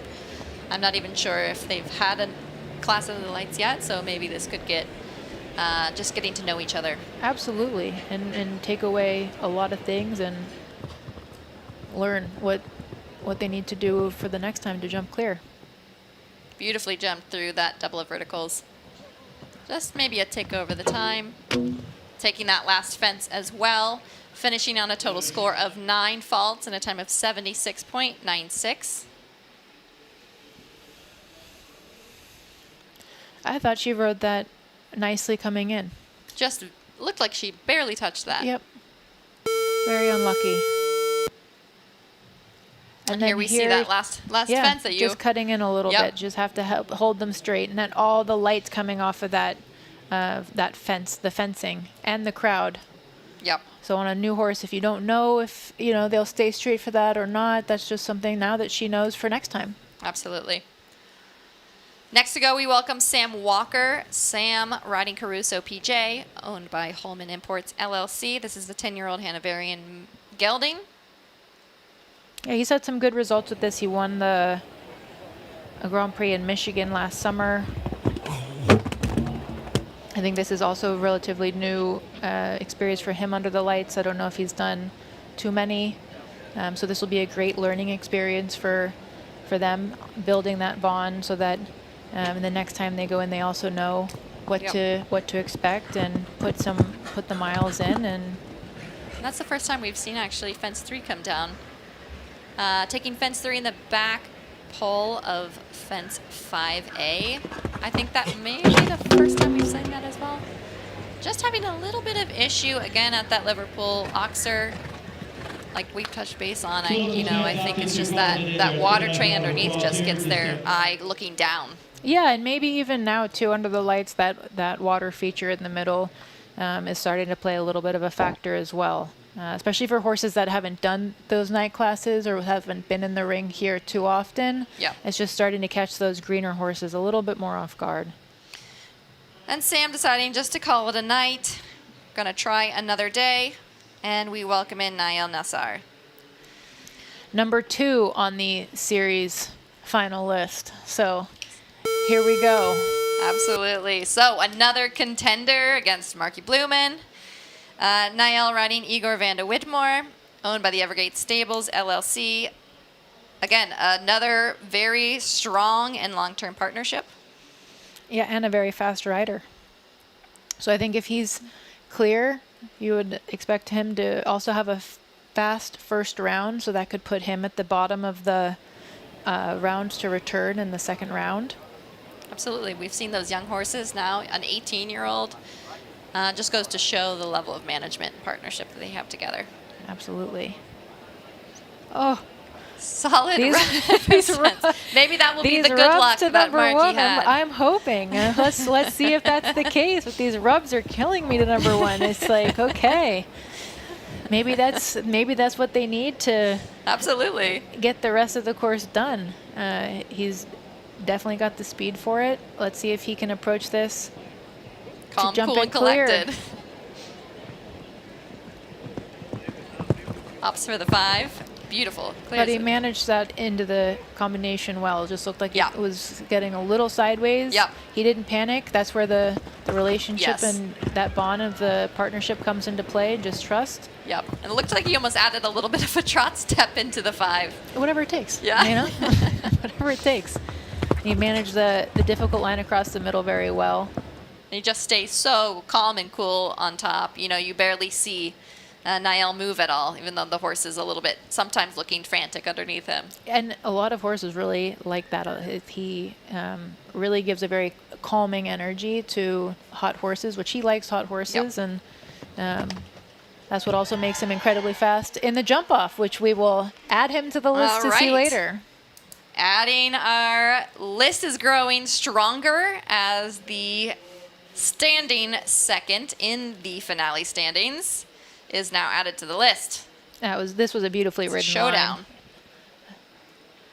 74.54 is his time. Trotted a little there, and that helped give him a bit of space going into that 5. He knows what he's doing. Absolutely. He did not look phased at all.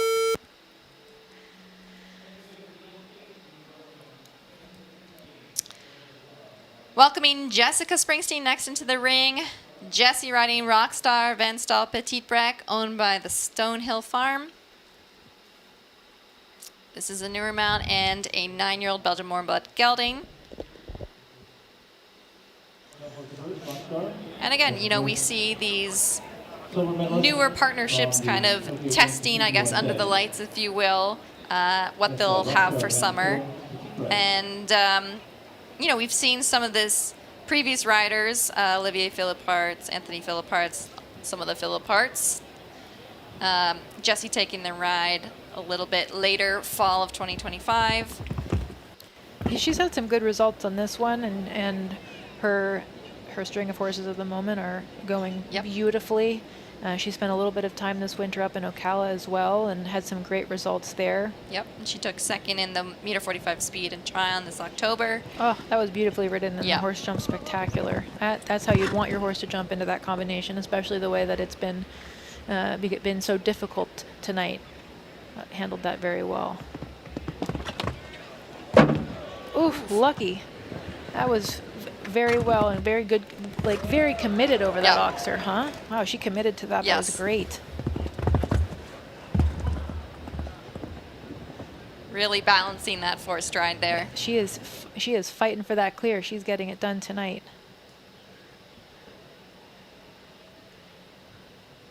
Ops for the 6. Oh, that was a good choice considering how she rode into that triple bar with a lot of power. That was a good decision. Maybe another one to add. Oh my gosh. No. Spoke too soon. Oh, what a shame. That is too bad. Taking the last fence, 4 faults at the last, 74.42. Right now ranking in 12th place. We have about 10 left, a little bit less. It just looked like it stuttered a little bit too at the Liverpool. I think if I was going to be in this class, when I'd go in, I'd probably show my horse the Liverpool now just to show them that that's what's under there. Because with all the trees and everything around that jump too, it kind of just shows up last minute. So it catches a lot of horses off guard. But I thought she managed that so well. Oh, that was really a shame. Next into the ring, Caitlin Campbell. Caitlin, I guess, you know, you talked about welcoming some of the West Coast riders. Castlefield Cornelius, owned by the Mirasol Equestrian LLC. Caitlin and Castlefield Cornelius, strong partnership. We've already seen 3rd in the Desert 3-star Grand Prix in February. You know, they took the top spot in the team competition and thermal as well in December. List goes on and on. welcoming her at Wellington International. Yes, she has a booked and busy show schedule now that she's on the East Coast. I was talking to her partner Alex, and they were saying she's going to plan to jump the Rolex next week, go to Miami, World Cup finals, Mexico. So she's got a stacked schedule, and it's fun to have these West Coasters come out east and show with us. Absolutely. And she gets away with actually a light rub at 5A, front rail. That's where that was a beautiful ride, and she trusted him to have enough scope to get across, so she didn't push through the Oxer, but unfortunately just got a little away from her there out of that blue combination. And that blue combination just looks so delicate. You know, we barely even hear the pole being hit. I'd say, yeah, in this second half, that's definitely been the case. Gets the 6 done beautifully, and then tries to keep them straight to the last. Maybe a ticker of nope, Oh, just under just the done. time allowed. 4 faults and a time of 75.89. Unfortunately, it puts us out of the top 12 for Caitlin. But like you said, busy schedule. Maybe this is just the warm-up for next week. Yeah, I mean, I'd be happy with that. I thought she rode very well, and horse looked confident. They looked in a good partnership tonight. They seem to be working well together, and just a bit unlucky across the middle there. But that's been the question mark of the course this evening. Absolutely. Welcoming in a familiar name, Ben Mayer. Ben aboard Maddox Van Het Herringfleet, owned by Ben. Is a 9-year-old Zangerscheid gelding. Talking about some newer partnerships, but he's actually had this for over a little bit, 2 years. Just bringing him slowly up the ranks. You know, top 8 in the meter 55 Grand Prix in Ocala in February. 3rd place that same week in the Grand Prix qualifier, and a 3rd place in the 145 this WEF 7. I really enjoy watching Ben ride. He's Absolutely. a very strong rider, very strong position. I like watching the way that was too bad. Honestly, I thought he took his time there, and the horse just got a little bit flat, maybe lost focus by the outgate. And also had one of those unlucky yellow combination jumps down. But I usually like to watch the track and the way he rides the courses. And it just seems like Andy kind of strategically put that skinny there right by the in-gate. Maybe the horses get a touch distracted looking over or thinking that they might be entering or exiting the ring. Andy knows what he's doing. Nothing is by accident. Doesn't quite seem to be Ben's night tonight, but he's going to try to finish this course strong. Beautifully ridden.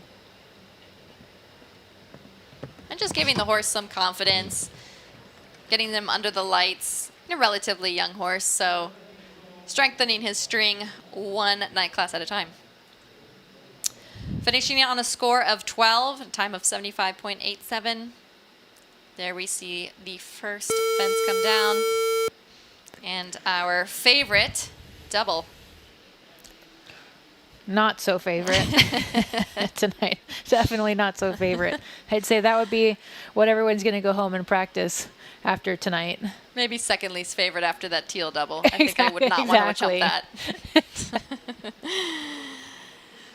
Welcoming Gavin Moylan into the ring. Gavin on Butterfly. Butterfly owned by Imperial Equine, LLC. This is a 10-year-old Westphalian mare. Gavin has already had a few successful classes. The 140 this week, he finished 3rd. He's had this horse in his string for about a year and a half. So knowing this horse relatively well, but still young, 10 years old. You know, some of them are still technically 9 years old, so jumping under the lights in a meter 50 is a very big class. Yeah, I'd say for the most part, a lot of these horses are jumping 3 beautifully. And we have such a great shot on camera here of how everyone's jumping that. And I like how, you know, Andy didn't set anything that is overly hit or knocked down. You know, he has fences all over the place. A little light rub gets you a rail. Nothing dramatic, and it's really all about the rideability. I agree. That's too bad. I thought he made a very tidy turn back to that Liverpool. Beautiful ride, and the horse jumped it great, and just very unfortunate to have that come down. I'd say that was one of the tighter turns we've seen tonight, rolling back to that. He knew his horse wasn't going to look too much of that Liverpool, wanted to be thoughtful of the time and trusted it, and that was a shame. Just finishing up. We're going to finish under the time. Yep, Yes. under the time. Score 4, but just out of the top 12. Going into 16th place at the moment. Going to take a look back. He actually rode this very well. Yeah, the horse jumped spectacular through that combination. And also over the plank. Great expression. We've definitely seen a lot of 4 falters. We might see a few sneak in here into that top 12 coming back. Yeah, no clear with time faults. No, not yet. Still got a few to go though. First of them is Victoria Huertamonte with Scarlett Dessart. Victoria is also the owner of the 16-year-old Zangerscheid mare. Also a little bit of a longer-term partnership with this one. Really has been a nice addition to her string. Taking 7th in the 145 in Ocala this past February. Top 6 actually in Lima in the 140 individual final competition, as well as 4th in that first competition in December. Oh, that was odd. I thought she rode that well. Had the back rail with the front legs. Yeah. Maybe just trying to study B. You know, this horse is very alert, trying to read the fences. Read that very well. Yep. Made a Jumped that beautiful. Yep. Yes. Fix that after that combination. Yep. Oh, that was wonderful to watch. Love the expression on this horse. So many beautiful horses out here tonight with fantastic expressions. Absolutely. Really enjoying their job. Yours are just always forward, just trying to figure out. I mean, so far these doubles, she's made easy work of getting over that last fence. Not a problem. Slipping maybe just nope, just grabbing a time fault. Total score of 5, ranking in 18th. So again, just out of that top 12, but she should be thrilled with that. Oh my gosh, the mare jumped beautifully. Yep, just looked like she studied that vertical a little bit before she landed. Well, you can't be too upset with that. When they want to jump clear, and then they just overdo it a little too much. But that was beautifully ridden. So I love the smile. It was well deserved. Yeah, very much. Too bad for the rail, but very well done. Victoria happy with that. Hoping Tommy Joffre coming into the ring will be happy with his ride. Riding Kingston, owned by Stelium Sport Horses LLC. This is an 11-year-old Dutch gelding. Tommy's been partnered with this horse for about over a year. Already taking 8th this week in the 145. Took a top 8 placing as well. WEF 7 in the 150. And a top 8 in the 145 WEF 4. A few other placings as well. Let's see how he does. Yeah, that tall, skinny vertical, even if they keep it up, not a lot of horses are jumping that well. Just really takes the gas right out of the tank, and then you've got to land and build back up. So maybe what we're seeing is after they kind of jump that vertical flat, that they just get a little bit too open into that yellow combination is why we're seeing that come down. Yeah. Just taking that top rail again. That is kind of the fence seemingly for the second half of this course. Yes, the lights are proving to be the issue at that particular fence. Nice tight turn Very back to tighty. that.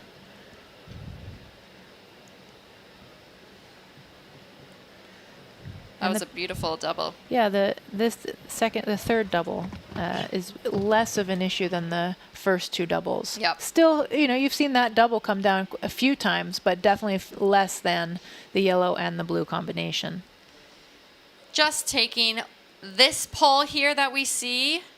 4 faults and a time of 74.81. Just out of that top 12. So now we're starting to kind of get an idea of our top 12 and the time. So if we have one down, we do have to be a little bit quicker than that, maybe 73 and under. I think riders might be thinking about that. Doing some calculations. Yeah, with 7, if you're going to be a 4 faulter, you definitely have to be quick. Yep. 6 left. The first of those 6, Zaina Rizvi on Horizon Van Hetchek, owned by Flying Z LLC. This is a 12-year-old Belgian warm-blood mare. Another gray for you, a gray mare for you. They're filling the class tonight. She took 3rd place this week in the 150 on Thursday, as well as the top 7 in the 145. Yeah, Zania can be a very fast rider. I'd love to see. They just, you know, get a little flat there. Yep. I say you'd love to see some more girls in the top 12 tonight. Yep. Oh, just taking that as well. That came a little late, huh? Yep. So keeping the time allowed in mind here, but making sure your horse doesn't get flat through this turn. You keep the balance here. It was beautifully ridden. Well done.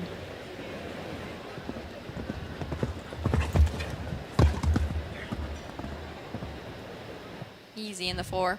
The feeling of jumping those tall verticals with the Liverpools is never a great feeling. You're midair and you're thinking, okay, we're halfway there, but we've got to finish. Just close your eyes and hope that you finish the fence. Yep. Jump the double vertical is beautiful. And no problem at the last. Just under the time, well under the time actually. Total score of 8 faults. That was just too bad. 2 early rails, and then the rest of the course I thought was beautifully ridden. I agree. So the time was good. Even if she had just had one down, I think that would have been in slight contention. That would have put her maybe 11th. Yep. So 5 left. First of those 5, Jordan Coyle. Jordan riding for Gold, owned by the Falkirk Farm LLC. This is a 15-year-old Holsteiner gelding. He had many successful starts, some wins, especially last year and 2 years ago, just here. Yeah, the horse definitely lives up to his name. Absolutely. A huge heart, great fighting spirit. Seems to be a great combination with him and Jordan. Already took 6th place this week in the 145. He was 5th in the 150 speed in Ocala in February, as well as taking the win in the 150 in Spruce this past September.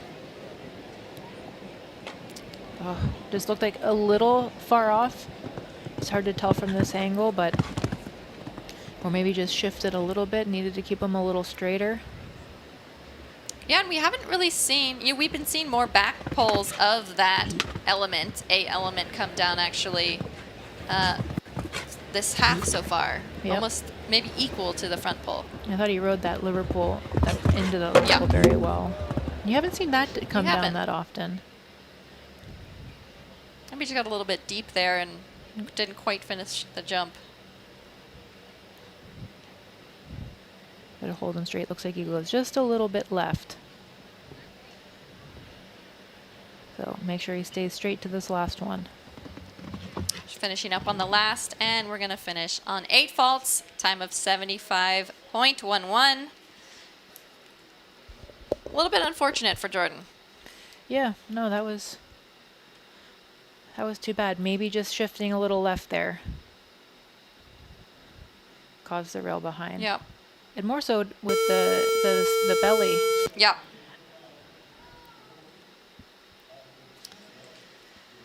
Entering the ring, Chris Pratt of Canada. Chris riding Ideal ES, owned by Take the High Road LLC. So this 13-year-old gelding and partnership actually they've had a great circuit already. Representing Canada, week 8, the CSIO, jumping a double clear there. Finishing 3rd as well. 4th in the 4-star Grand Prix this week 4. As well as 5th in the 3-star Grand Prix WEF 1. So he's already off to a great start, also finishing 2nd in the qualifier for the Holiday horses in November. Yeah. This horse is just a solid ride mount for him, jumping a lot of clear rounds. Yeah, he's put the time in. He's built up a great partnership. Chris is a showman, so if he makes it into the top 12, I'm not gonna jinx it. If he makes it into the top 12, he's gonna put on a show. That jump off was at week 4 that you had mentioned. That was awesome. Yep. He was arm flapping the whole course. I mean, he did not touch the brakes once. Yep. So he's definitely not gonna, I would say, go any slower tonight if he makes it into the top 12. He's gonna try to win it tonight. So I think that just goes to show the level of trust these two have with each other. You know, and talking to Chris tonight, you know, I asked him why he maybe wasn't doing tomorrow's Grand Prix, doing tonight. And as a true horseman, you know, he said he wanted to give this horse, quote unquote, for lack of a better word, an easier class for this horse. Oh! That got away from him. No! That got away from him. Just touching the back pole of the last fence, having the 4 faults. That is so unfortunate. He has had such a stellar circuit so far. Well, if the plan is for him to jump next week, week 12, I'd say that was a pretty great way to come back in next week ready to go. And this horse just looks better and better. I mean, you know, there was just very minimal extra effort having to be taken over this course. It just looks so fluid. Yep. Just needed a little extra support there over that last jump. That was too bad. What a heartbreak. We've had that, what, 2 or 3 times now, the last jump. Yes. Not so much the back rail, really just the front rail. First of our 3 left to go is Gabriel Machado riding It Girl, owned by the Bay Winds Equestrian LLC. This is a 9-year-old Dutch mare. This is a horse that he's already had in his string for a little bit over a year. Another rub at the fence 1. That seems is that to be lucky? Let's see if that's lucky. That seems to be lucky, but we shall see. Already finishing 4th in Wednesday's meter 45 as well last week. 6th place in the 150. And a 3rd place in that 140 that same week. Yes, Chestnut Mare. Looks a little spicy. Yep. If it makes it into that 2nd round, it can also be a strong contender. So he just has to manage it for the rest of the course here. A little wide there, setting her up. Maybe she needs a little extra time. Oof. Trust I think he made the right plan. Wow. That was beautifully jumped. Managing the 4 here. She's really giving all efforts tonight. Yeah, and he seems to know this mare. He seems to know when he can and can't push, and trusting her when she needs to just be let her do her own thing. Good rub there, and let's see if he can make the last one happen. Up and over, adding to the list of clears. Time of 73.82. That puts him into 6th place at the moment. So, keeping that in mind, coming in reverse order for the 2nd round. All right, so 8 so far clear.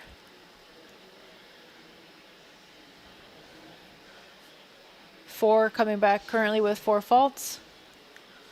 Now the last 2, if they're gonna make it back to the top 12, they've got to jump clear or be a quick 4. Oof, what a lucky rub we just saw from the replay. A very lucky rub at over A. Maybe didn't jump in the cleanest style, but whatever gets you up and over the fence doesn't matter. Clear is a clear. You got to take it when you can. All right, first of the remaining 2, Charlie Jane, Charlie riding Tender Guy, Z, owned by Margaret Deremer. And this is a 11-year-old Zengerjide Gelding.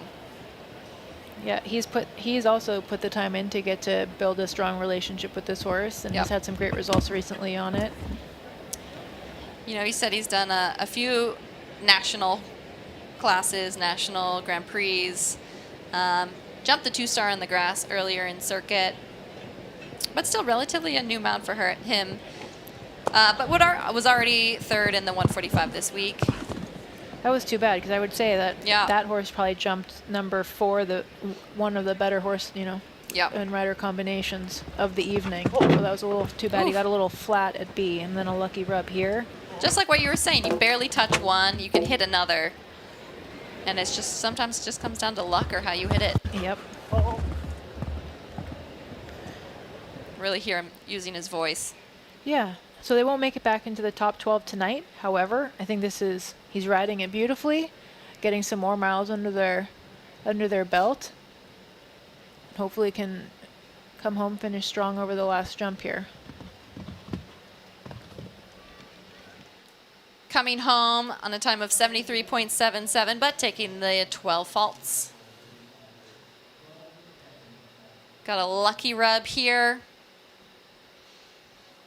And then not so lucky, taking A and B, and we see just nicely jumping over A, then just touching B. Yeah, just got a little flat. We haven't really seen B come down as much. Yep. All right, Speed Demon. Here Wrapping it up. Wrapping up our first round. Chloe Reed. Chloe riding Chelsea 179 of the Live Oak Plantation LLC. 11-year-old Oldenburg mare. I do love this mare. She She's is fast. fiery. All right, take a little time here. You got to jump this clear. Chloe Ooh. good with the quirky, spunky ones. See if she can get through this tricky combination. Easy. Fighting for the 5, really marched down the 5. And say that 5's been getting a little long for Yep. people. It's getting quiet for her. So she's got to manage this here. Jump that beautifully. Ooh, lucky rub. Oof. Beautiful reaction after the rub out of the combination. Really studied that oxer nicely. 4 got nice and short, but she got it done. This might be one of the faster first rounds. Which is good. Well, and that's going to come in handy. Yes. Oh, trust her. Jumping great out of all the combinations tonight. To the last. Up and over. Yes. We have our clear. 71.56. So that is going to be the last to return. She is sitting in prime position. It's great. 2 girls coming back. Atta girl. Watch the replay. Jumped a beautiful Yeah, oxer this jumped here. beautifully here. Wow. Love the picture of that one. Yep. And then a great reaction here. Yep. Woo. She had just the lightest of rubs at A. Really fighting hard to get the horse back.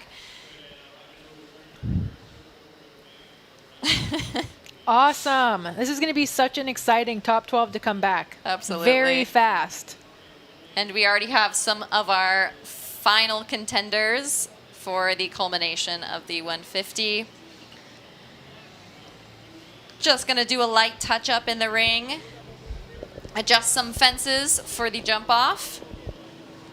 Carly, you watched the jump off. We're going to get to that in a second, but first we're going to look at who qualified. Top 12 going in reverse order, starting with Mario, going down the list. We see Kent in there. Luis Larrazabal, Marilyn Little. That's when we get to our clear rounds. Chloe Reed, we just saw. So, Mario, Alex Matt, Luciano, Nick, and Nayel. Gabrielle also make it in. We had some beautiful clear rounds from Kent, Farrington. We had Luis Larrazabal, Marilyn Little, young 8-year-old there, Marky Blumen in high contention for the finale. Yeah, so 3 coming back in on the 4 faults. And I love that Chloe was last to go in the first round and set a blazing time to set herself up beautifully to go last in the second round. Absolutely. And Carly, do you have a top pick from this 12? Oh, don't put that hate on me. Don't put that on me. I know you love this. I'll put that out to the people at home watching. I want to know what everyone else at home is thinking, who they think is gonna win. I want to pick a girl. Yep. I'd say a Marilyn or a Chloe. Yep. Marilyn is riding a hot streak, even though it's on an 8-year-old. Yeah. We'll see how far she wants to push it. They're both very fast riders, so I'd love to see a girl on the top of the podium. and beat all the guys out there. Can't forget Niall, But you've got 18-year-old some very horse with a fast, partnership. yes, very fast combinations. Niall, Daniel, Markey. He's been on a roll. Kent. Cannot count Kent out. Okay. So it's going to be a very fast second round. I'm very excited. Very fast indeed. We are just going to do a few touch-ups, getting ready for that second round, and we will be back in a moment. Stay tuned.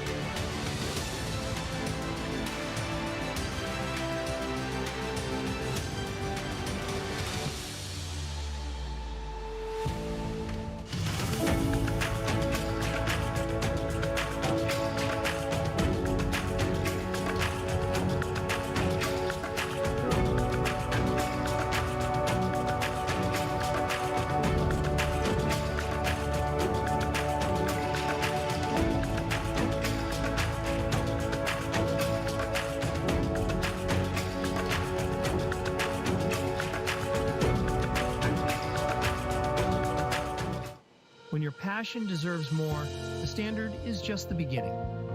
Step into a space built for riders. This covered riding arena was built with our clients' needs at its core. Every detail designed to support every moment in the saddle.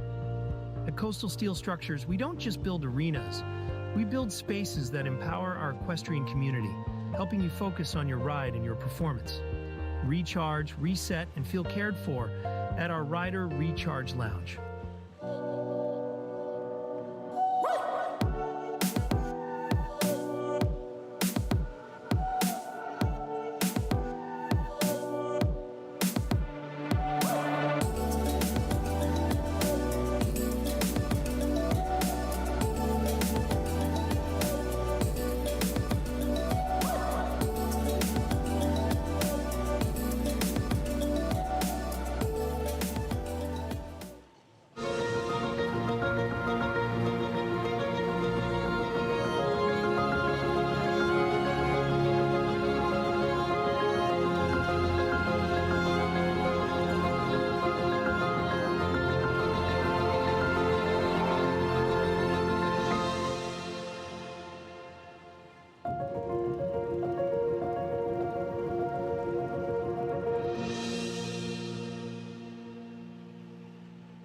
It's a lot to take care of something as cool as a horse. So 3-day eventing is like a triathlon for horses.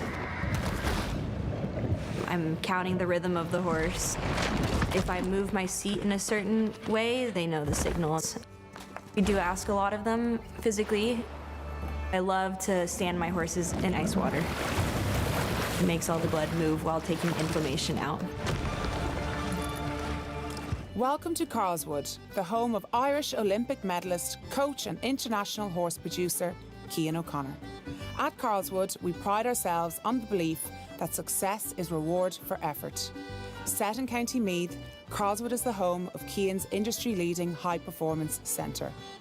The Carlswood system is based on a structured approach to daily routine and meticulous planning to help reach our goals.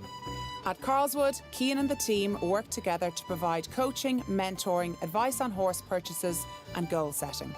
We also facilitate students who wish to progress their show jumping skills while they study in universities in Ireland and across Europe. When it comes to developing your horse's fitness, scheduling and planning around competitions, no stone is left unturned. At Carlswood, we are committed to delivering quality, a place where our goal is the fulfilment of your ambition.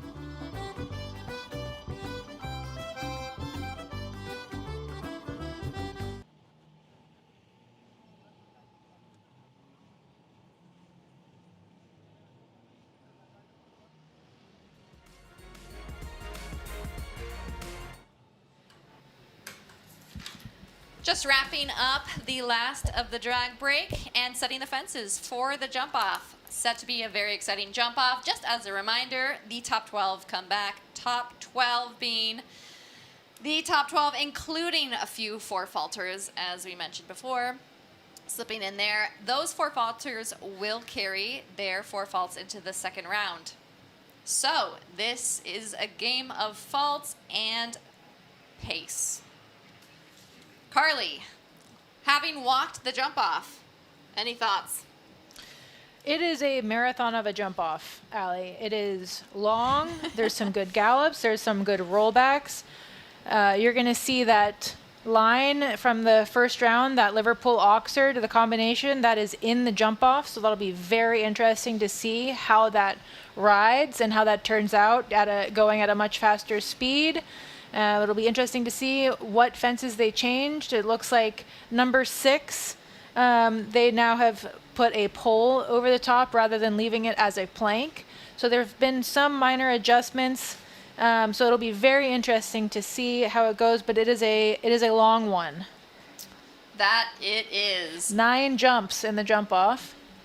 9 jumps plus a double. Yep. Carly Anthony joining us for the $150,000 Hermès 4-star meter 50 series final, the culmination of so far the 10 weeks of the meter 50 series. So far, Marky Blumen leads the way, Nael Nassar in second, and they both made the top 12. So it is set to be a very exciting event. As we're looking up at the leaderboard here, Mark Blumen sits atop. He is also a contender in the top 12, as well as Nael Nassar. We did not see McLean tonight. Aaron had an unfortunate few fences. Kean we did not see. Tom we did. No, that was Max. And the rest we saw Daniel. So Daniel might actually have a chance. We will let the analyzers do their calculations later. But first, we will take a look at the course. So, Carly, walk us through this extensive course. All right, so we're going to start with we'll start with some familiar jumps, just backwards. So the jump off's going to start with our last jump, going the other direction now, number 15, bending to the out of that original double verticals to the new jump 16, rolling back to now, which was the plank number 6, which has a pole on the top of it. Then that really tight turn back, so I think we'll see if they've skinnied up that Oxer. Looks like they narrowed it up a bit. The Oxer Liverpool, cross that middle line here, 5 to the combination, over to 9. So keeping those lines intact, maybe they'll leave a stride out to 9. And then rolling back to a new jump on course, number 17, creating a little serpentine S-bend. Back to 18, which is number 2, but they have now made that a vertical, and then straight finish galloping down to that Hermès Oxford number 3 to finish. So like I said, it is a marathon jump off, but for a final, that's what you want to see. You want to see the top 12 go as fast as they can and keep all the jumps up, and I think it's going to be a fun one to watch. That it is, and the course preview brought to you by Fidelity Investments. And as we await the first to go, which will be Mario Delorier, Mario carrying that 4 faults, we will see the top 3, to go carrying that 4 faults. That is Mario, Alex, and Luciana. So that does play a factor. Yes, you want to jump clear and hope that all the clears after you obviously have one down and are slower, but speed will definitely be a factor for these top 3, and hoping that setting that pressure at the very beginning will help force a few rails closer to the end of the top 12 here. That being said, if you bring in the 4 faults, you jump a very quick clear round. Someone in the jump off that has 4 faults might be a little bit slower than you. You bump up the ranks. Yeah, you might come in first, but you could end up in a much higher position than where you started. Absolutely. So, first of our 12 tonight, we welcome back Mario Delorier. Mario, riding inside of my heart.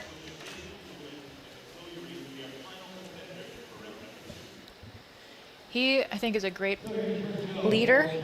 He'll be a great person to watch to set the pace, put the pressure on early. The mare's quite quick as well. And if they can get it done, they'll be a great... Just having a peek at that Liverpool there.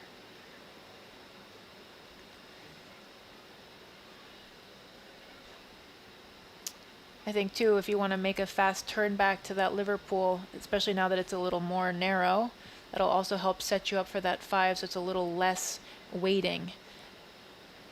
The fewer amount of strides that you're pulling, the faster you're going to be.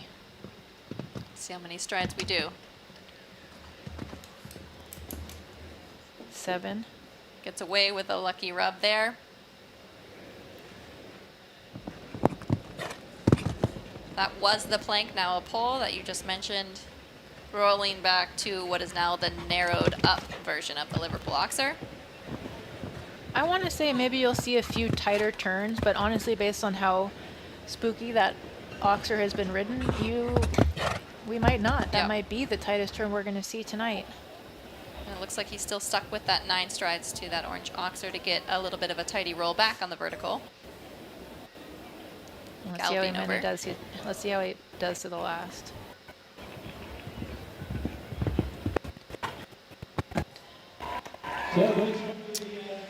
All right, first in, Mario finishes clear on a time of 73.92, still carrying that 4 faults.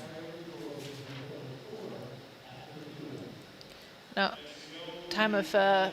Sorry, They had the first. Yeah, that was confusing. They had the first round. I was like, wow, carrying that's a long jump off. Yeah, they just posted the time of the first round there. That threw me off. All right, another quick mare here. Next in, we'll see Alex Matz. Again, Alex also carries that 4 faults. A very quick rider, as we've seen with some other mounts. This is a newer one, so we'll just kind of see, I guess, how much he's willing to test it. Mario did 7 in the first line from 1 to 2. That was 8 in the first round going the other direction. And that 7 didn't look too forward going. Not at all. Going back the other direction. So 50.26 is the time to beat from Mario. Easy 7 there. Does one more than Mario did there, and let's see the turn back. A little more inside of the tracks of Mario. Oh, really had to slow down though. Worked. Opts to do 6 into that combination. Still sticks with the 9. Still a fairly new partnership and already building a lot of great trust and good confident rides. It's a beautiful jumper as well. Just, I think, wanting to keep her a little bit together and give her a good experience. Coming home just on that 4 faults from the first round, taking actually the back rail.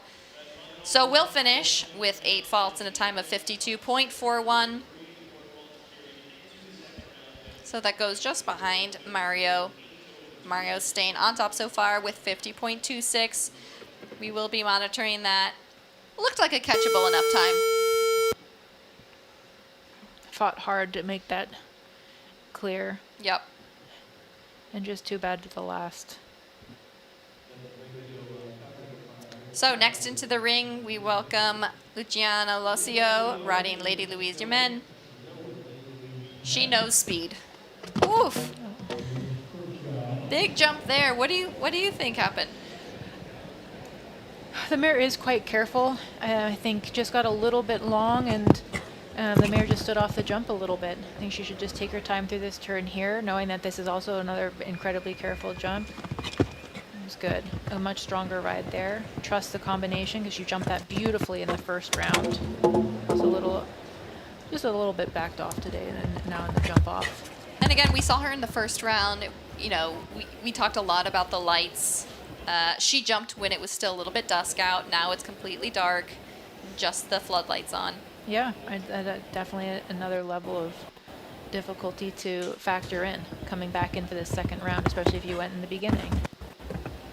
Yep, just finishing on a total score of 16 and a time of 50.38.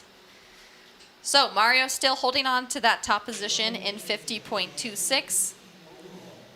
That strategy of going early on 4 but laying down a quick tidy round and jumping clear is definitely paying off for him right now. Absolutely, and coming in as first, meaning, you know, in 12th place, he's really started to bump up the ranks a little bit.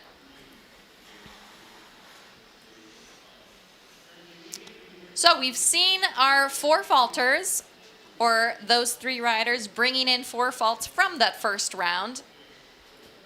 Our next in will begin the first of the clear rounds. As we await Nick Delajoyo on Cornet's Cambridge. Again, we talk about newer, older partnerships, younger and older horses. This is a long-term partnership. He knows this horse inside and out. But again, this horse is coming back. Do we think we're going to see the speed from Nick tonight? That is a great question. I think he's definitely going to try to go for it, but full gas, I'm not sure. I think that's going to be what he's going to do what feels right for him and his horse at this time, and but he definitely is in the right position to have a podium finish tonight. Where do you think he could make up that time? I would say 7 seems to be the number 1 to 2. I think you could do 1 less over to 6. I don't know how tight you can make it back to that Oxer. That still seems to be quite a tricky Oxer to ride too, so maybe that's where you keep the rhythm but maybe stay out and stay wide. Maybe if you have a big strided horse, you could try to get that 8 done. I was thinking the 8, yep. But it might be more efficient to do the 9 and angle that back so that you're, you know, more tidy to the vertical. It's going to be really horse dependent, I think. Absolutely. We see him already out the gate doing the 7 strides. Already seemingly a little bit quicker back to that 3rd fence. Quicker, yes, but a little wider back there. He did 12 where Mario did 11 back to that vertical. Nice wide. I thought that was a very smooth turn. Yep. And that might end up being faster for it. There's your 8. There is your 8. Just looked easy enough.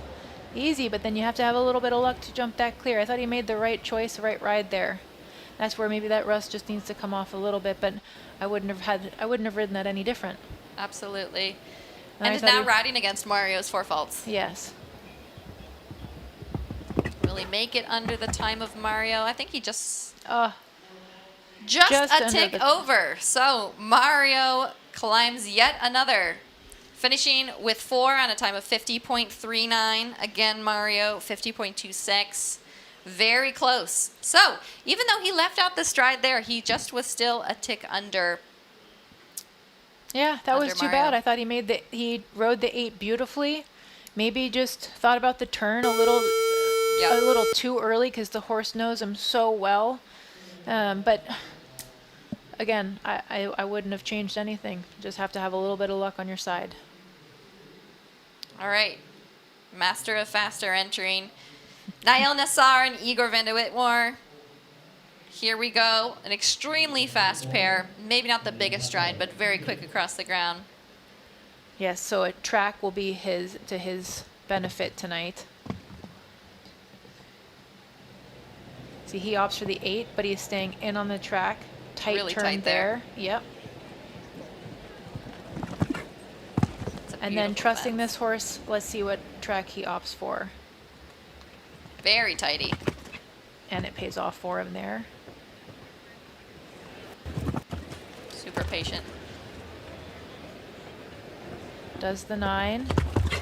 I believe he's tight here. Very tidy there, yeah. And then here I thought Nick did a good job. He galloped out Yep. so that he was aiming back to the Hermès. He took a little bit of an good angle. rub. And that paid off for him. Very fast. I think he has him.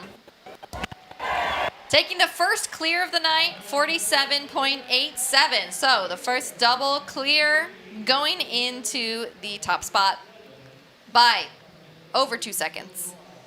You say that now, but look who he has coming. We have a lot of jumping left, a lot of contenders look who he has left. coming up next. So Absolutely. he has to put it down, and he has to have a lot of time to spare because he's got a lot of fast people coming from behind. So we know it can be done. Now we can see what you were talking about, the track, where the track really makes a difference. We will see if Gabrielle has what it takes. In now, Gabrielle Matos de Machado with It Girl, another spicy hot mare. Let's see if she is willing to take on Niall. Yes, I love when jump-offs involve use of track because there's so many different varieties of horses, whether they're fast, they have big strides, and it's a lot of fun to have a jump-off where it's up to the rider on how fast they can be, not your horse. Second. Yep. So if you use a good track, it doesn't matter if you have a bigger stride on the slower end or if you have a fast horse like Niall added everywhere where Mario left a stride out, but he was still 2 seconds faster based on his track. Yeah, got a light lucky rub at B, but he also seemed to have used a little bit of a wider track back on that Liverpool Oxer. Yeah, so he might not be as fast as Niall based on his track. Still quick, but again, also wide here, trying to get a better angle to the blue. And again, jumping even a clear round or a double clear round is going to give you a nice payout. Yep. And he does. So coming home clear in a time of 52.02. That slots him into second place as of now, ahead of those 4 falters. Sitting pretty nice, giving a nice double clear round. Beautiful effort over there. Gets a little bit of a light rub. Jumped out beautifully. Absolutely.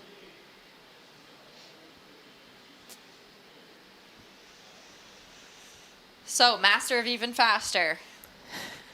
We are waiting on Kent Farrington with Cassina.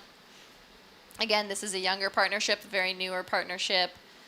Horse that's maybe not seen this ring so much. What do we think? He is great at track.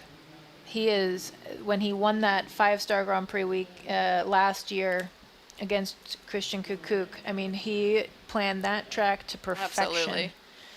A lot of people were leaving out one stride on this rollback, I remember so clearly, and he added but kept the gallop on the track so he could come and make that turn after that jump even tighter. So even if it's a bit of a green horse, the partnership's new. I think he's going to really test out what he can do in a jump off with this horse tonight under the lights, test out the track, test out the speed, and see what's going to benefit him the most in future jump offs. He's going to learn a lot tonight. Absolutely. And Watching hopefully number 2 win, for a reason. Number 2 in the world, setting off. Gets the 7 done. Yeah, you want to get that 7 done so you're making a really tight turn. I thought Niall did a very good job there. Kent was a little wider. We'll have to make up for it somewhere. It might be here. Ooh, it could be of there. I think it was there. He picked there to make up for it. Now he has to keep the jumps up and hope that was a lucky rub. Very lucky. Looks like he's fighting just a little bit with the power of the horse right now and keeping it under control, especially at quicker speeds. Oh, wow. That was a tight turn. I think that was a little tighter than Niall. A little wider here. I think they're going to be pretty close. Pretty close. He just has to not pull. Oh, he's not pulling. There you go. There he Nice does exit. 47.47, taking the top spot away from Niall. Going into the top leaderboard, slotting Niall into second place, Gabrielle into third. Yeah, that roll back to the Liverpool is definitely where he made up for the time. Absolutely. Maybe to the last fence as well. Yeah, that was masterful there, rolling back to that. Got away with a little bit of a touch here, right there. A little luck is all you need. That was beautifully ridden, how to do a rollback turn. Next in, we have Luis Larrazabal, another contender for the speed. Ribery is his mount. We'll see. We're not even going to see. I know how fast he's going to go. Well, he has to go fast if he wants to be on the podium now. You know what? If you made the top 12, what do you have left to lose, I guess? Exactly. Beautiful jump there. I thought that was planned well. Yep. The hard part with that is that it's angling you away from where you're supposed to go next. So you want to get that 7 done so that you're turning back to that vertical already. Got a good roll back. Maybe not as tight as Kent, but got the forward push there. Yep. Another light rub at the B. Now B is taking a little bit of a rub here and there. Still opting to do 9. Oh. Just looked like he maybe thought about the turn too soon. Yep, and the mare was with him. So that's just building up a little, memory for next time to trust it. Let her jump the jump and then know that she'll land and turn immediately because she's already with him. Yep, because even slowing down a little bit, he may have had the time. Yep. 48.56, just taking that 4 faults. And that'll put us into 4th place. Fastest of the 4 so far. Right behind those top 3 clear rounds so far. Let's take a look at that. Oh. I mean, thinking turns so quickly, the horse is right there with him. Yep. I think he could have done 8. Yep. Knowing that horse is a very good turner, to trust that on landing, and she just would have been right there with him. Yep. And a young horse, I think they're going to learn at just 9 years old. Yeah. Speaking of young horses, we're going to be seeing Marilyn Little. Marilyn already having a stellar circuit. This time with Narado, also having a stellar circuit with him, just 8 years old. Yeah, it'll be interesting to see what her strategy is for tonight. She's incredibly competitive. It'll be a lot of fun to see her go for it, but also understanding that for 8 years old, this is a great test to see what you've got. And if we think about birthdays, usually they're born in May, June, or this could technically be still 7. Let's see what we got. Walks the 7. Yep. And in order for her to be able to make that tight turn, I thought she set that up beautifully. Yep. Good rub there. Rub. Yep. Gives a little bit of space. Keeps the rhythm. Trusting it. But maybe helps her in the 5 there. Worked in her favor. Stride. Gets the 8. Tight back. She might have this because she's also incredibly tight on her track. Yeah, and he does have a very big stride. Maybe not quite has it, but could be top 3. Oh! Well, too sometimes bad. you've got to risk it. Sometimes you've got to send it to make that podium finish. Absolutely, but she seems really thrilled with his performance tonight, just taking 4 faults in a time of 48.35. Had a bright future ahead of that one. That takes the 4th spot, so she was very fast. Yep. I think it would have been a matter of whether she could leave out that stride or not. Just didn't feel quite maybe comfortable. Trying to set him up a little bit, maybe tried to overdo it a little bit too much. And again, 8 years old, still very green to the sport. Oh, here we go. Here we go. Already on the gallop. Guns a-blazing. Marky Bloomin into the ring. Felina Decepton is his horse. He is cooking. Riding like he's gonna like he wants to win. Wow, that was some pace set up to number 1. Beautifully ridden, turn back to 2, or to this oxer here. Got to jump this clear. Good rub. Good rub. Does the 9. But does it in a way that he can be, turning back. Good. Lands keeps going. This is fast. I mean, this is what we came to see. This is what we came to see. Let's go, Marky. Down to the last one. Okay. You got it. Come on, Yep, go. I think we got it. Oh my God! Yes! 47. What are you doing, giving us red? What are you doing, giving us red? That was impressive. He started off like he had already won it. Oh my gosh, laying it down. There's a reason why he's leading on the final board here. Ladies and gentlemen. 47.222 100ths of a second off of Kent's time. He knows it. Showing it to ya. Pointing to his horse, and he is very proud. Awesome. Well, that's what you want to see. Round. That's the type of jump off we came to see tonight. From start to finish. All right. 2 left. Now. One of which is a relative. Let's go. Battle of the Bloomins. Battle of the Bloomins. Starting off with the second Bloomin. Daniel Bloomin enters the ring, Gemma W. So this is a long-term partnership. He's known this horse. He's won several big classes on this horse. Now he's going to have a little bit extra motivation here. Absolutely. All right, let's see. Let's see if we can beat that time. I thought Marky did a great job 1 to 2, setting up that 7, so he was angling back already to get over to that vertical. Does the 7, little, maybe a bit wider track. Good, but still tidy, and the mare is quite quick in the air. Very tidy. Wow. That was good. That was that tight. was good. Good rub. Gets away with it. Okay. Little rub there. Gets away with it. Opts for the 9. Very tidy there. This horse is very good at turning. And we'll see. He'll be close, but I'm not sure he's got he has it. But you just never know. That was tight. That was very tight. quick. She's Big known to win gallop. classes Go. from that. Don't pull. Don't. Don't pull. Oh my gosh. Did we do it?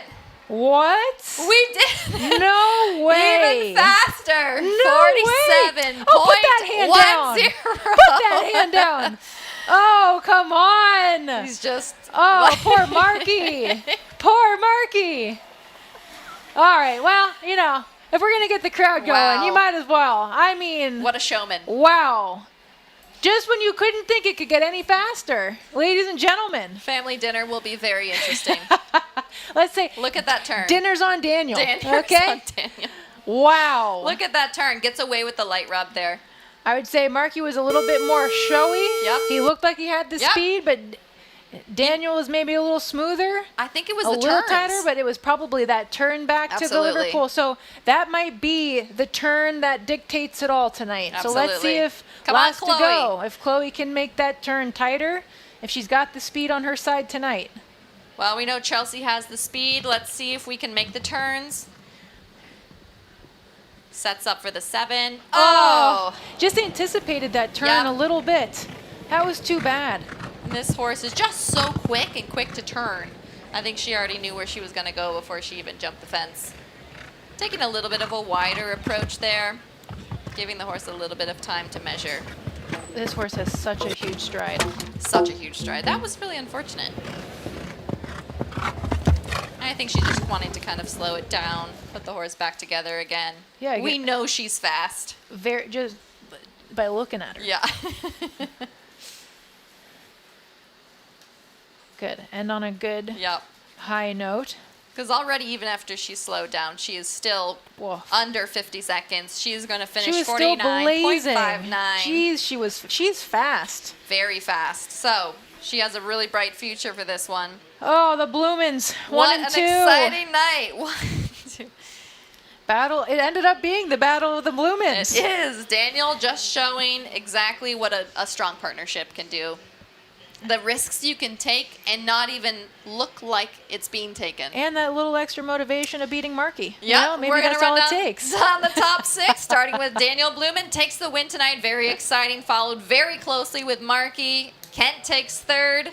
Niall taking the 4th spot. Gabrielle finishing in 5th. Marilyn capping it on with a top 6. That was a very exciting class tonight. Never would you have thought Kent went fast and was 3rd. Right?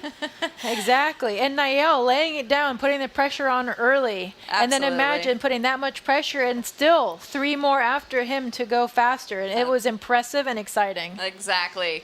You know, Mark and Niall sitting top 1 and 2, sitting atop the leaderboard. They really gave it a go tonight. This is exactly why they are 1 and 2 leading the scoreboard. Oh, what a great jump off. What a thrilling jump off. We'll see the head-to-head. Talk us through. I felt fairly even here. I thought Marky was faster, but it looks like they're pretty close head-to-head. I thought Daniel slowed down just a little bit, as you can see here, but this turn back is what did it. Look at that. I mean, so deceiving. Wow. That was so sneaky. That was beautifully ridden. Oh, my gosh. So he just has him up a little bit, but he opts for 9 here where Marky does 8. Interesting. On the tight turn, and this is where they're now head-to-head. So where do they... And Daniel slows down here. Yes, so where does he have the edge? And I want to say here it's this vertical. Yep. And this is what Gemma's famous for, are those tight, just barely gliding over that vertical.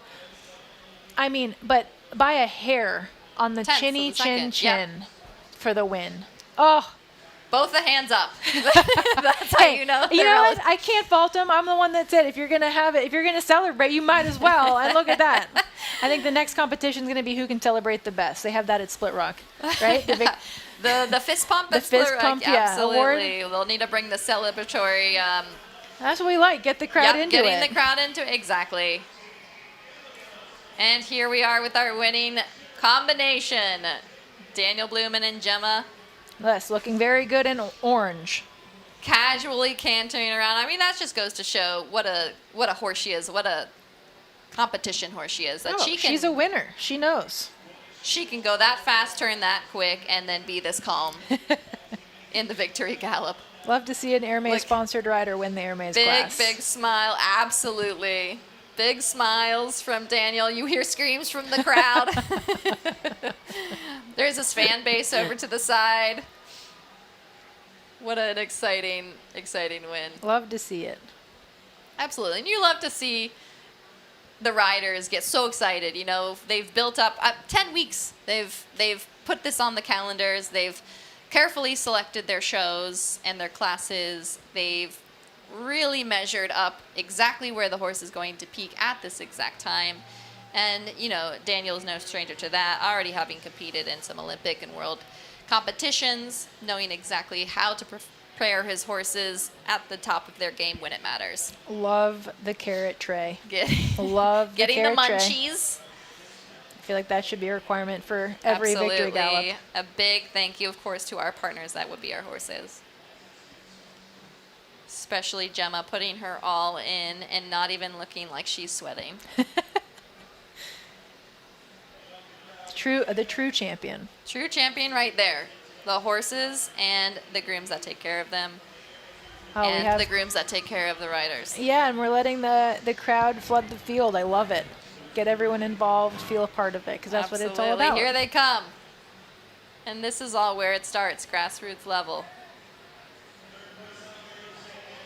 We're going to congratulate, starting with our third place. That would be Kent Farrington. Kent on Cassina. A very promising and exciting horse for his future. Yes, another top gray mare. Seems to be the theme in his repertoire, celebrating the second place by fractions of a second. Marky Blumen, Marky riding Felina de Septon, almost taking it. But I think maybe we'll have to wait for the tally, but maybe taking the final. Oh, absolutely. You know, we saw Daniel sitting in 10th, I believe. Yes. And the winner of tonight's thrilling competition, Daniel Blumen with Gemma. Tonight's actual master of faster. As you see 3 of them standing there. They're all in good company. Yeah, absolutely. Crowd just forming around them, waiting for the signatures. The riders will graciously throw ribbons to the crowd. I love that part. Always an excitement. Always a huge thank you to our sponsors, Hermès, for sponsoring such an exciting and thrilling series final. I do love putting on a series so you can really tell a really strong combination over time, or the rider that is starting to peak at the right time.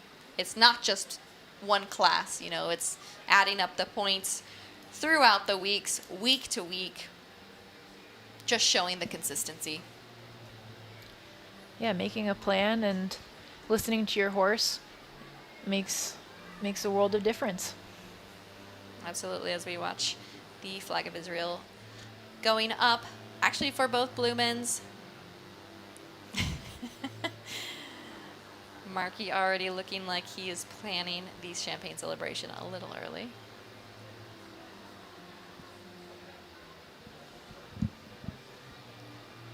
That was a great class and a great course, I thought, set by Andy.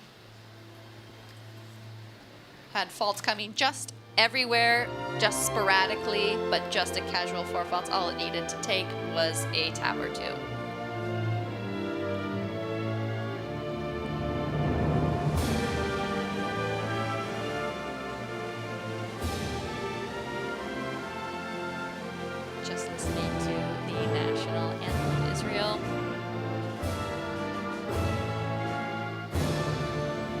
And a pre-celebration. We saw Marky getting ready already.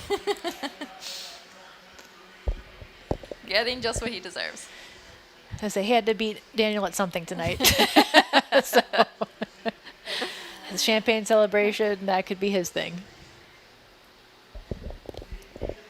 And we got confirmation Marky Blumen does actually win something tonight, and that is the final.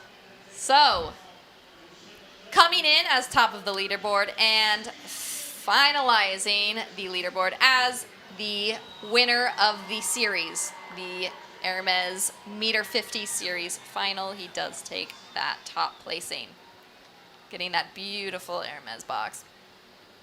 So he gets a blue.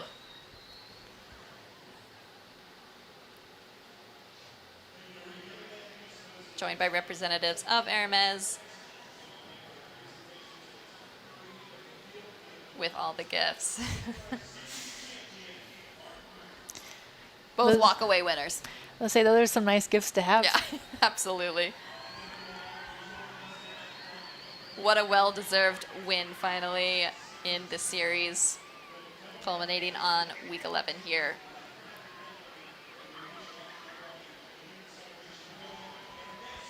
I hope he gets to keep the whole thing Bucket of of carrots. carrots, yeah. my thoughts exactly. Priorities. As a thank you to our horses.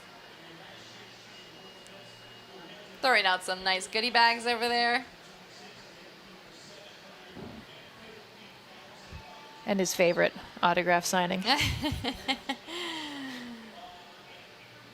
Love to watch the excitement. I love that they welcome in the audience for this part, really make them a part of it because they are a huge part of this.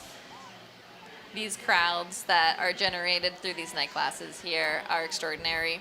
Oh, the atmosphere would be nothing without them. And who knows, in a few years we might see some of these kids riding in this ring. We hope so. Just enjoying the excitement and festivities. Some autograph signing.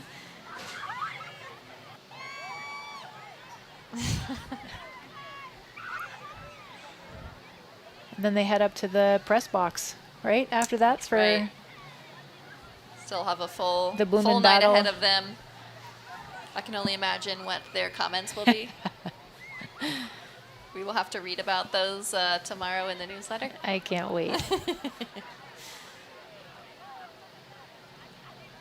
Hopefully Daniel has another jacket to wear for tomorrow.